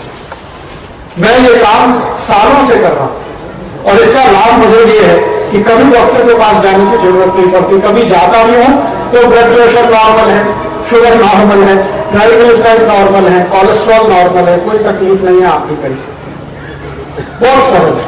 खाने के 1-1.5 घंटे बाद पानी पीना, ये भागवत का सूत्र मेरा नहीं है। दूसरा सूत्र है वो नेचुरोपैथी में भी है, और भागवत में लिखा है उसको कि पानी कभी भी पीना हो तो घूट घूट भर के पीना, गट पानी नहीं पीना। एक साथ 1 लोटा पानी आपने उतार दिया, मत करिए ये काम, थोड़ा थोड़ा पानी पीजिए। चिड़िया कैसे पानी पीती है? 1-1 ड्रॉप। कुत्ता कैसे पानी पीता है? चाट चाट के। सभी पक्षी और जानवर पानी थोड़ा थोड़ा करके ही पीते हैं, तो आप भी पानी थोड़ा थोड़ा पीजिए। 2 लाभ है उसके, मुंह में लार बनती है ना, ये थोड़ा पानी पीने से ज्यादा अंदर जाएगा। और वैसे तो पानी पीने का सबसे अच्छा नियम है, थोड़ा पानी मुंह में भरिए, इसको घुमाइए, फिर पीछे उतारिए इसको। तो थोड़ा थोड़ा पानी पिए, सिप करके पानी पिए तो लार पर्याप्त अंदर जाएगी, तो पाचन बहुत अच्छा होने वाला है। और इस लार के बारे में सभी विज्ञान वाले, माने आयुर्विज्ञान वाले मानते हैं कि वात पित्त कफ तीनों को संतुलन रखने में इसकी सबसे बड़ी भूमिका है। तो ये ज्यादा अंदर जाएगी, वात पित्त कफ संतुलन रहने वाला है तो बीमार नहीं पड़ेगी, और जो बीमारी है तो ठीक होना शुरू हो जाए, सिर्फ सिप करके पानी। तीसरा नियम है, पानी कभी भी पीजिए तो ठंडा मत पीजिए, वो मैं पहले ही बता चुका, हल्का गर्म पानी पीजिए। आप बोलेंगे जी गर्मी है तो भी अच्छा है हल्का गर्म पिए, नहीं तो घड़े का पी सकते हैं, फ्रिज और बर्फ का तो बिल्कुल। चौथा नियम है, सुबह उठें तो पानी से शुरुआत करिए अपने दिन की। सुबह उठने पर पानी से दिन की शुरुआत करिए, चाय से नहीं, कॉफी से नहीं, बीड़ी से नहीं, सिगरेट से नहीं, तंबाकू से नहीं, पानी से शुरुआत करिए। उठते ही पानी पी लीजिए, पूषा पान कहा जाता है, कर सकें तो बहुत अच्छा है। 2-3 गिलास पानी पी लीजिए, सिप सिप करके पी लीजिए, तो बड़ी आंत एकदम साफ रहेगी। और जिनकी बड़ी आंत साफ रहती है, छोटी आंत अपने आप साफ रहेगी, तो शरीर एकदम स्वस्थ रहने वाला है। आगे का एक नियम है, वो मैंने पहले बता दिया, पानी हमेशा बैठ के पीजिए, खड़े होके मत पीजिए। खाना खाइए तो बैठ के खाइए, खड़े होके मत खाइए। खाना खाते समय चबा चबा के खाइए, जल्दी जल्दी मत खाइए। कम से कम उतनी बार चबाइए जितने आपके दांत हैं। तो आपको 32 दांत है तो 32 बार चबाइए, 30 है तो 30 बार चबाइए, 28 है तो 28 बार चबाइए। कोई कहता दांत ही नहीं है तो ऐसा खाना खाइए जिसको चबाना ना पड़े, जैसे खिचड़ी खाइए, हलवा खाइए, बासुंदी खाइए, बासुंदी माने रबड़ी, या तो दूध पीजिए, या तो दही खाइए, या तो मट्ठा, या तो कुछ ऐसी चीजें जिसको चबाना ना पड़े। बिना दांत वाले लोग ऐसा करें, दांत है तो चबाते खाइए। और 1-2 दिन आप गिरिए चबाते समय, 3-4 दिन के बाद आदत ही पड़ जाएगी, अपने आप दिमाग गिरेगा, आपको करने की जरूरत नहीं पड़ेगी। फिर उसके आगे का एक छोटा सा नियम है कि खाना खाते समय, यह नियम विशेष है, ये वास्तु से भी जुड़ा हुआ है, आयुर्वेद में भी। यह नियम है कि भोजन करते समय आपका मुंह अगर पूर्व की दिशा में है तो सबसे अच्छा, सूर्य की दिशा सबसे अच्छा, नहीं तो बाकी तो ठीक है, मजबूरी में तो कुछ भी होता है, अच्छा तो यही है। फिर आगे का एक छोटा सा नियम है कि दोपहर को खाना खाया तो 20 मिनट के लिए विश्रांति लीजिए, वामकुक्षी। वामकुक्षी माने ये जो लेफ्ट साइड है ना, इसमें लेट जाइए 20 मिनट, और उस 20 मिनट में नींद ले ले तो बहुत ही अच्छा। रात का नियम है कि खाना खाइए तो 2 घंटे तक मत सोइए, कम से कम 3 घंटे नहीं सो तो और भी अच्छा। दोपहर को खाते ही विश्रांति लेना है, रात को 2-3 घंटे तक सोना नहीं। फिर एक छोटा सा नियम है, अगर कर सकें सब लोग, कि खाने के तुरंत बाद थोड़ी देर अगर शाम को वज्रासन में बैठे तो बहुत अच्छा है। पहले 10 ही मिनट बैठे लेकिन बहुत अच्छा है। दोपहर को भी बैठ सकते। जो वामकुक्षी नहीं कर सकते उनको वज्रासन जरूर करना चाहिए दोपहर को। फिर आगे का एक नियम है कि आप जब भी विश्रांति लें तो सिर आपका हमेशा पूर्व में या दक्षिण में रखिए, आइदर ईस्ट और साउथ। नॉर्थ और वेस्ट में सिर करके कभी मत सोइए, नहीं तो नींद कभी भी अच्छी नहीं आएगी। इसका संबंध है पृथ्वी के गुरुत्वाकर्षण से। आपके ऊपर कम से कम बल लगे तो नींद अच्छी से अच्छी आती है। तो ईस्ट में ही यह संभव है और साउथ में यह संभव है, नॉर्थ में संभव नहीं है और वेस्ट में नहीं। अब मैं बचपन में याद करता हूं कि मैंने बहुत सारे घरों में देखा किसी की मृत्यु हुई तो तुरंत उसका सिर उत्तर में करते हैं। जीवित रहने पर उत्तर नहीं चलता, मरने के बाद ही उत्तर में किया जाता है। इसलिए उत्तर में सिर करके कभी मत सोइए। मृत्यु की दिशा माने जल्दी मृत्यु आएगी। दीर्घ जीवन जीना है तो ईस्ट में और साउथ में। और एक बहुत अच्छा सूत्र है भागवत का, संस्कृत में है, सीधे हिंदी बताता हूं। भागवत जी कहते हैं कि ऐसे भोजन को कभी मत खाइए जिस पर सूर्य के प्रकाश का और पवन का स्पर्श ना हुआ हो। सूर्य का प्रकाश, पवन का स्पर्श जिस भोजन को नहीं हुआ वो कभी मत खाइए। भागवत ने ये बात हजारों साल पहले कही और आज की शताब्दी में ये बिल्कुल सटीक दिखाई देती। सूर्य का प्रकाश और पवन का स्पर्श नहीं हुआ ऐसा एक ही भोजन होता है जो फ्रिज में रखा हुआ है कि नहीं? फ्रिज में सूर्य का प्रकाश नहीं जाता, फ्रिज में पवन भी नहीं घुस सकती। ये भोजन मत खाइए, खतरनाक है। ये भागवत ने हजारों साल पहले कहा था, फ्रिज नहीं था, लेकिन शायद उनको ये अंदाजा रहा होगा कि एक दिन ये दुनिया मूर्खता करेगी और ऐसा कुछ चीज बनाएगी मशीन जो लोगों को बीमार करेगा। इसलिए उन्होंने बोला है कि सूर्य प्रकाश और पवन स्पर्श जिसको नहीं हुआ ऐसा भोजन मत करिए, माने फ्रिज का खाना मत खाइए, ताजा ताजा बनाया हुआ खाना खाइए। फ्रिज मैंने बताया यूरोप के लिए मजबूरी है, हमारे लिए स्टेटस सिंबल नहीं हो सकता। हम ताजा खाना बना के रोज सुबह खाते हैं, फिर शाम को भी खाते हैं। और खाने का तो नियम यह है कि 1 घंटे के अंदर बना के खा लेना बहुत अच्छा है। खाना बनाया और 1 घंटे में खा लेना ही सबसे अच्छा है। ये फ्रिज में रख के शाम को खाना, फिर शाम का अगले दिन खाना, फिर सुबह का दूसरे शाम को खाना, ये महामूर्खता है। ये आप खुद बीमारी की तरफ जाना चाहते हैं। ऐसे ऐसे भागवत ऋषि के 2000 नियम मैंने आपको 10-12 बताए। 2000 में बता सकता हूं, लेकिन उसमें बहुत समय जाएगा। आपके पास भी नहीं है, मेरे पास भी नहीं। तो ये 10-12 नियम मैंने बता के आपको कहा कि आप इनसे शुरू करिए। अगर आपको मजा आए तो आगे 2000 नियम बताने आऊंगा, इसका में मैं आपको विश्वास दिला। लेकिन उसके लिए आपको जैसे राम कथा होती है ना, ऐसे स्वास्थ्य कथा करानी पड़ेगी। हाँ, मैंने एक बार ये बोला है बहुत पहले स्वास्थ्य कथा में, उसमें 40 घंटे लगते हैं, तब 2000 सूत्र समझ में आते हैं। तो 40 घंटे कब होंगे? रोज 3 घंटे सुनो तो 11 दिन चाहिए, 12 दिन चाहिए, 13 दिन चाहिए। तो इतने दिन में राम कथा होती है। तो कभी आप तय करो भिलाई वाले कि हम स्वास्थ्य कथा कहाएंगे। राम कथा बहुत हो गई, कृष्ण कथा भी हो गई, कोई राम नहीं हो रहा है, कोई कृष्ण भी नहीं। हाँ, सालों साल से हम सुन रहे हैं राम की कथा, सालों साल से सुन रहे हैं कृष्ण की कथा। एक राम नहीं निकलता, एक कृष्ण नहीं निकलता, रावण और कंसों की संख्या बढ़ती जा रही है। रावण बहुत हो रहे हैं, कंस बहुत है। तो मैं आप लोगों से विनती करता हूं कि भाई स्वास्थ्य कथा कहना शुरू करो, तो कम से कम हम अपने लिए तो कुछ कर पाएंगे, अपना जीवन सुखी बनाएंगे, अपना जीवन निरोगी बनाएंगे। और शायद इसकी जरूरत है देश को, इसलिए रामदेव जी ने कहना शुरू किया स्वास्थ्य कथा ही तो है।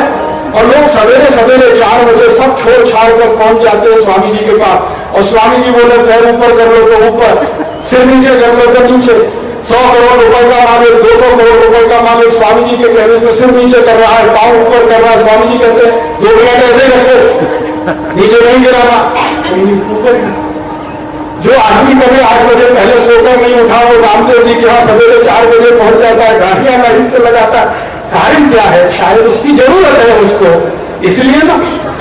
तो मुझे ऐसा लगता है कि ये स्वास्थ्य कथा आज कही जाए इस देश में, तो शायद ज्यादा इसमें से अच्छे परिणाम निकलेंगे। कम से कम एक परिणाम तो अच्छा निकलेगा, सब निरोगी हो जाएंगे, सुखी हो जाएंगे, तो उनका लाखों करोड़ों का खर्चा बचेगा और देश की उत्पादकता बढ़ेगी और समाज थोड़ा बेहतर हो जाएगा। तो आपको ये विषय में अगर रुचि हो तो कभी दोबारा आप रख सकते हैं, लेकिन 8-10 दिन लगातार 4-4 घंटे मैं बात करूंगा। उसमें मैंने स्लाइड्स प्रोजेक्शंस बनाए हैं, एलसीडी प्रोजेक्टर से बड़ी स्क्रीन पर मैं उसको दिखाता हूं। भागवत का सूत्र क्या है, उसका अर्थ क्या है और उसका आज के समय में अर्थ क्या है, ऐसा करके। तो खैर कभी भविष्य की बात है, लेकिन आज जो 10-12 बताया ये आप ध्यान रखिए, इतने से शुरू करिए, बहुत लाभ हो जाएगा। अभी आखिरी हिस्सा मेरे व्याख्यान का, कि आपके अपने घर में जो कुछ भी है वो सब औषधि है, इसका ध्यान रखिए हमेशा। भारत में ऐसी कोई चीज नहीं है जिसका औषधीय गुण नहीं है। भारत में ऐसी कोई चीज नहीं है जिसका औषधीय गुण नहीं है। आप जिस घास पर पैर रख के बैठे हैं, इस घास का भी औषधीय गुण है। हर चीज का औषधीय गुण है, क्योंकि इस देश पर सूरज की बहुत मेहरबानी है, सूर्य का प्रकाश भरपूर है, इसलिए जो कुछ उगता है सूर्य के प्रकाश से कुछ ना कुछ विशेषता लिए हुए रहता है। तो अगर आप इसको समझ लें तो चिकित्सा आप खुद कर सकते हैं। वैसे आयुर्वेद में ये कहा गया है कि खान पान और पथ्य अपथ्य ये 2 महत्व के हैं, औषधि तीसरे नंबर पर है। टोटल परसेंटेज में बात करें तो 12% से ज्यादा औषधि का महत्व नहीं है। बाकी 88% जो महत्व है वो खाने पीने का, कैसे खाना, कब नहीं खाना, कितना नहीं खाना, किसके साथ क्या खाना, किसके साथ क्या नहीं खाना, विरुद्ध आहार की जो बात है ना, ये 88% है। आयुर्वेद में सिर्फ 12% औषधि है। अभी उल्टा हो गया, हम औषधि पे ज्यादा फंस गए, बाकी चीजें हमने गौर कर दी। तो मैं आपसे कह रहा हूं कि औषधि को महत्व है लेकिन बहुत नहीं है, इसका ध्यान रखिए। ज्यादा महत्व है खान पान का, जो मैंने छोटी छोटी कुछ बातें आपको बताई।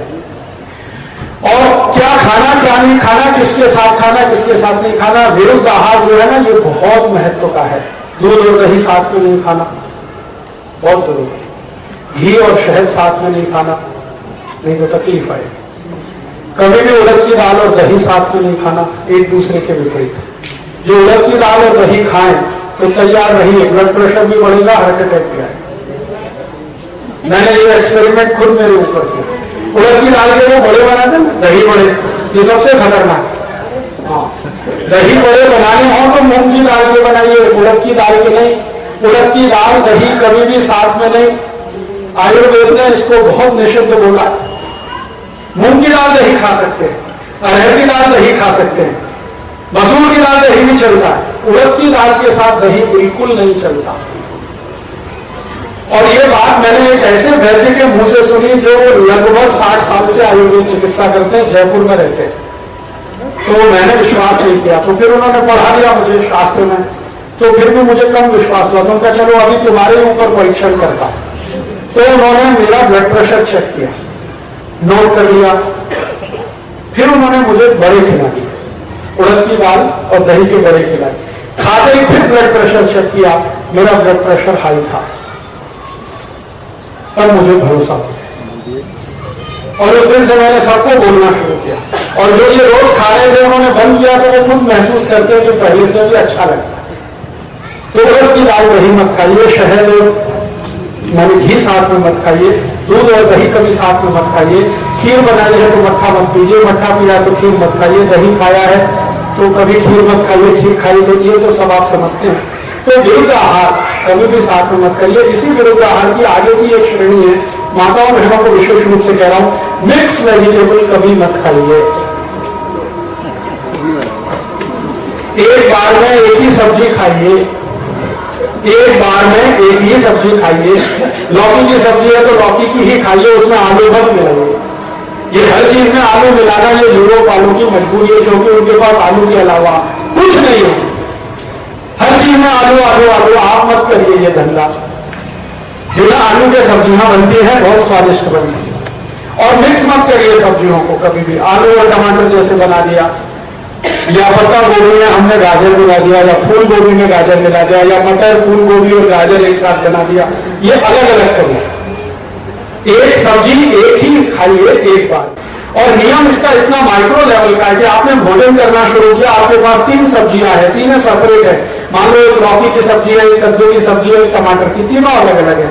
तो पहले एक सब्जी खत्म करिए पूरी, फिर दूसरी कटोरी की सब्जी खत्म करिए पूरी, फिर तीसरी। ये नहीं एक दस्ता एक सब्जी से खाया, दूसरा दूसरी से खा लिया, तीसरा तीसरी से। ये जो गाड़ी है ना, गियर वाली नहीं है, ये बदलता नहीं है इसमें जल्दी है। एक बार जो चल पड़ी वैसे ही चलती है। तो एक बार पूरी सब्जी खत्म करिए, फिर दूसरी खाइए, फिर तीसरी खाइए। और सलाद का भी ये नियम है कि मिक्स सलाद मत खाइए।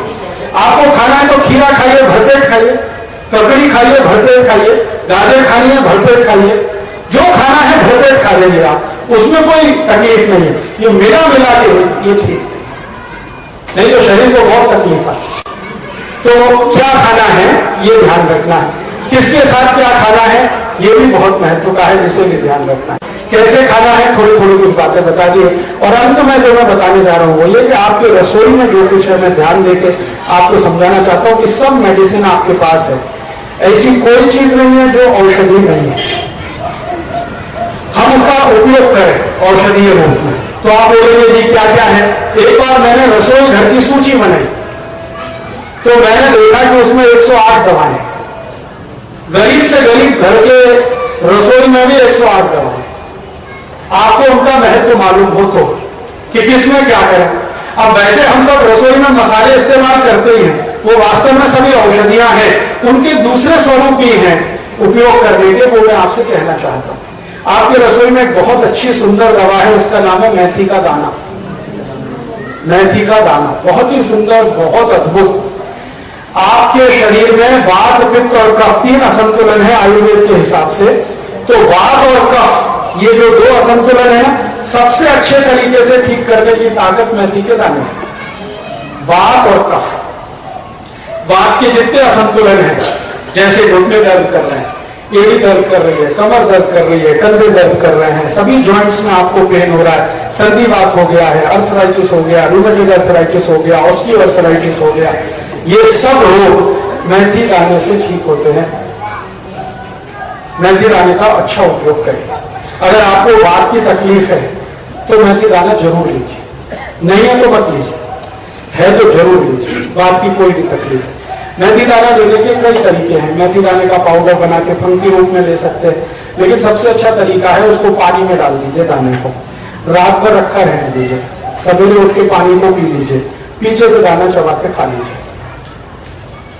फिर आप देखिए कि 2 से 2.5 महीने के अंदर आपके वात की सब तकलीफें आपको लगेगा कि खत्म हो रहा है। और वात के साथ कफ, कफ के जितने भी रोग हैं उसमें भी ये बहुत अद्भुत काम करता है मेथी का दाना। कफ के रोग क्या हैं? आपको बहुत मोटापा हो गया, जरूरत से ज्यादा आपका वजन बढ़ गया, ये कफ की तकलीफ है, मेथी दाने से बिल्कुल ठीक हो। वजन अगर बढ़ा हुआ है तो 3-3.5 महीने मेथी दाना खा लीजिए। 1 चम्मच दाना 1 गिलास पानी में रात को डालिए, दाना चबा के खाइए, पीछे से पानी पी लीजिए। 3-3.25 महीने में देखेंगे आपका वजन कम होना, और 3-3.25 महीने में नॉर्मल कर देता, सामान्य रूप से जितना होना चाहिए वहां आ जाएगा, बिना किसी और दूसरी तकलीफ के। कफ के और वात के और भी कई रोग हैं, उनमें से एक है कोलेस्ट्रॉल बढ़ गया, ट्राइग्लिसराइड बढ़ गया। डॉक्टर बोलता है कभी भी हार्ट अटैक आ सकता है, जल्दी से ऑपरेशन करा लो, एंजियोप्लास्टी करा लो। आपकी ताकत नहीं है, पैसे नहीं ऑपरेशन कराने के, तो सीधे आप मेथी दाना खाना शुरू कर दीजिए। 3-3.5 महीने में आपका VLDL LDL दोनों ठीक करेगा, HDL को बढ़ा देगा। रक्त के जितने भी दूषण हैं, खून की खराबी के जितने भी रोग हैं, सब मेथी दाने में कवर होते हैं। तो बहुत अच्छी दवा है, इसको घर में रखिए। दूसरी ऐसी ही एक दवा है, पित्त के बहुत रोग बढ़े हुए हैं आपके, तो वात और कफ का तो मैंने बता दिया, पित्त पे आ जाए। मैं आपको एक बात ध्यान से बताना चाहता हूं, आप जरूर सुन लीजिएगा। जिनको पित्त की तकलीफ बहुत ज्यादा है वो मेथी दाना ना खाएं, नहीं तो बढ़ सकता है।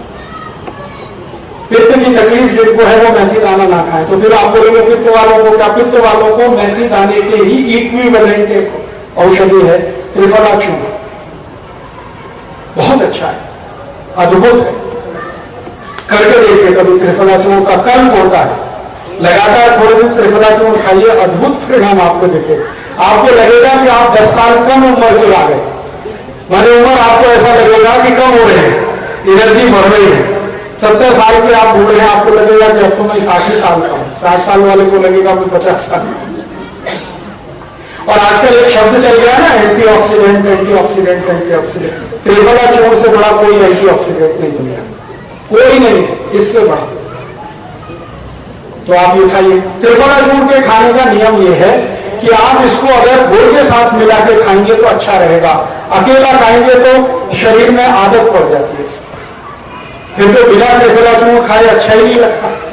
तो वो आदत मत डालिए, क्योंकि ये मेडिसिन है, भोजन नहीं। ध्यान इस बात का रखना, आदत नहीं पड़नी चाहिए त्रिफला चूर्ण की। जैसे बीड़ी पियो, सिगरेट पियो तो आदत पड़ जाती है, ऐसे त्रिफला चूर्ण की आदत पड़ने की बहुत संभावना रहती है।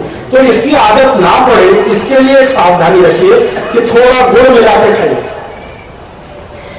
शहद मिला के थोड़ा सा खाइए। अगर शहद है आपके पास प्योर तो त्रिफला चूर्ण में शहद मिलाइए, शहद नहीं है तो गुड़ मिलाइए, गुड़ मिला के खाइए, बहुत अद्भुत है। मैंने अभी एक ऐसे पेशेंट को ठीक किया है, भाभा इंस्टीट्यूट ऑफ, ये जो भाभा एटॉमिक रिसर्च सेंटर के एक साइंटिस्ट ने परमाणु संधि उस विषय पर व्याख्यान था। तो व्याख्यान खत्म होने के बाद उन्होंने मुझे धीमे से पूछा, राजीव भाई मेरे शरीर में कुछ तकलीफ है। मैंने पूछा क्या?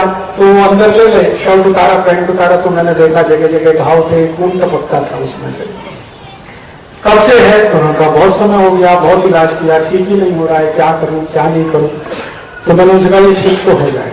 तो उनको लगा कि मैं उनको झूठ बोल रहा हूँ या ऐसे ही उल्लू बना रहा हूँ। तो उनका देखिए मुझे झूठ बोलने की जरूरत नहीं, मैं साइंटिस्ट हूँ, आप अगर बता दो कि ये नहीं होने वाला तो भी मुझे कोई गम नहीं। मैंने कहा मैं आपसे गंभीरता से कह रहा हूँ, विनम्रता पूर्वक कह रहा हूँ कि ये ठीक हो जाएगा, क्या करूं? मैंने कहा आप सिर्फ त्रिफला चूर्ण खाओ और कुछ नहीं खाओ, शहद में मिला के खाओ। तो 2 चम्मच त्रिफला चूर्ण उन्होंने शुरू किया, 1 चम्मच शहद 2 चम्मच त्रिफला चूर्ण सवेरे सवेरे चाटते थे। आज उनको करीब 6.5-7 महीना हुआ है, वो सब घाव उनके भर गए, रेडिएशन से हुए घाव भर गए। त्रिफला चूर्ण की ये ताकत है। अब मैंने त्रिफला चूर्ण पर ये जो काम हुआ ना, इसको भेजा है, दुनिया की सबसे प्रतिष्ठित पत्रिका है लैंसेट, उसमें भेजा है छपने के लिए कि त्रिफला चूर्ण की ये ताकत है। तो उनका चिट्ठी आ गया है कि हम आपका ये लेख छापने वाले हैं, थोड़े दिन में छपेगा, लंदन से निकलती है लैंसेट। और डॉक्टर जितने हैं दुनिया के, चिकित्सा वर्ल्ड की, जगत की ये सबसे प्रतिष्ठित पत्रिका है, उसमें त्रिफला चूर्ण पर छपेगा कि ये असर है। रेडिएशन का कोई भी मरीज किसी भी दवा से ठीक होता नहीं है, वो त्रिफला चूर्ण ने ठीक किया। ऐसी ताकत है त्रिफला चूर्ण। तो आप रखिए अपने घर में, इसका उपयोग करें। ऐसे एक तीसरी जी, खाने में पानी पीना चाहिए या गर्म पानी या सादा पानी? हल्का गुनगुना पानी पीना चाहिए। आपके मुंह का जितना टेम्परेचर है उतना गर्म पानी, ठंडा भी नहीं बहुत गर्म भी नहीं। मुंह का टेम्परेचर आप देखोगे तो 37-38 डिग्री सेंटीग्रेड के आसपास है, उतना ही गर्म पानी पीजिए। और पानी इतना पीजिए कि वो गले के नीचे उतर जाए, ज्यादा नहीं जी। सवेरे खाएंगे आप तो इसका असर बहुत बढ़िया है। रात को अगर आप त्रिफला खाएं तो दिक्कत नहीं है, लेकिन रात में खाया हुआ त्रिफला एक ही परिणाम देता है, पेट साफ करता है। क्या गुड़ मिलाइए ना, मेरी गारंटी पे। हाँ, शुगर वाले को गुड़ मिला के खाइए, शक्कर नहीं, गुड़ थोड़ा सा। 2 चम्मच त्रिफला चूर्ण है ना, आधा चम्मच गुड़ मिला लीजिए, मामूली मीठा रहे, जरूर खाइए। सुबह खाइए माता जी, रात को खाएंगी तो सिर्फ पेट साफ करेगा, सुबह खाएंगे तो इसके औषधीय गुण बहुत ज्यादा है, सुबह खाने। मेरा प्रश्न है कि ये जो प्रकृति है नम, पित्त और अली, इसके कोई सिंपल सिम्टम्स क्या है? बहुत अच्छा। देखिए बाबूजी का एक प्रश्न है, वो सबका होना चाहिए। इनका प्रश्न है कि हम अपनी प्रकृति को कैसे पहचाने। हमारी वात प्रकृति है, हमारी कफ प्रकृति है, हमारी पित्त प्रकृति है, हम इसको कैसे पहचाने?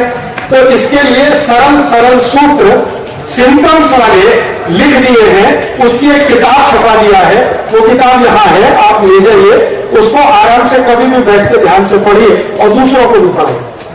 मैं थोड़ा आगे बढ़ता हूं। रसोई में एक अद्भुत चीज और है आपके पास। ये किताब का नाम है स्वावलंबी चिकित्सा, उसमें सारे सिम्टम्स हैं। और एक है अहिंसक चिकित्सा, उसमें भी है। ये तीसरी एक ऐसी औषधि आपके घर में है जिसको आप जरूर इस्तेमाल करिए। मैंने उसके बहुत अच्छे परिणाम देखे हैं। चूना, चूना चूना वो पान में लगा के खाते हैं चूना। कई कई रोग में मैंने इसके परिणाम देखे, छोटे बच्चों से लेकर बड़ों तक। मेरे पास अक्सर बहुत सारे लोग आते हैं चिकित्सा के लिए, परामर्श लेने के लिए। मैं निःशुल्क चिकित्सा करता हूँ, निःशुल्क परामर्श देता हूँ, क्योंकि मैंने इसको व्यवसाय नहीं बनाया, मेरे स्वामी के सुखा ये करता हूँ। तो छोटे छोटे बच्चों के बहुत सारे प्रश्न मेरे पास आते हैं। बच्चे हैं, लंबाई नहीं बढ़ती है, हम बहुत अच्छा खाना खिलाते हैं, ताकत नहीं आती, वजन नहीं बढ़ता, इनकी बुद्धि कम है, स्मरण शक्ति कम है, जल्दी भूल जाते हैं, कुछ याद नहीं रहता है, ऐसे बहुत सारे प्रश्न आते हैं। मैं सब माताओं को एक ही बात बोलता हूं, इन बच्चों को चूना खिलाओ। चूना कैसे खिलाएं? दही में मिला के खिला दो, मट्ठे में मिला के खिला दो। कितना? 1 गिलास अगर मट्ठा है तो 1 ग्राम चूना, बहुत मामूली सा, 1 ग्राम इतना ही होता है।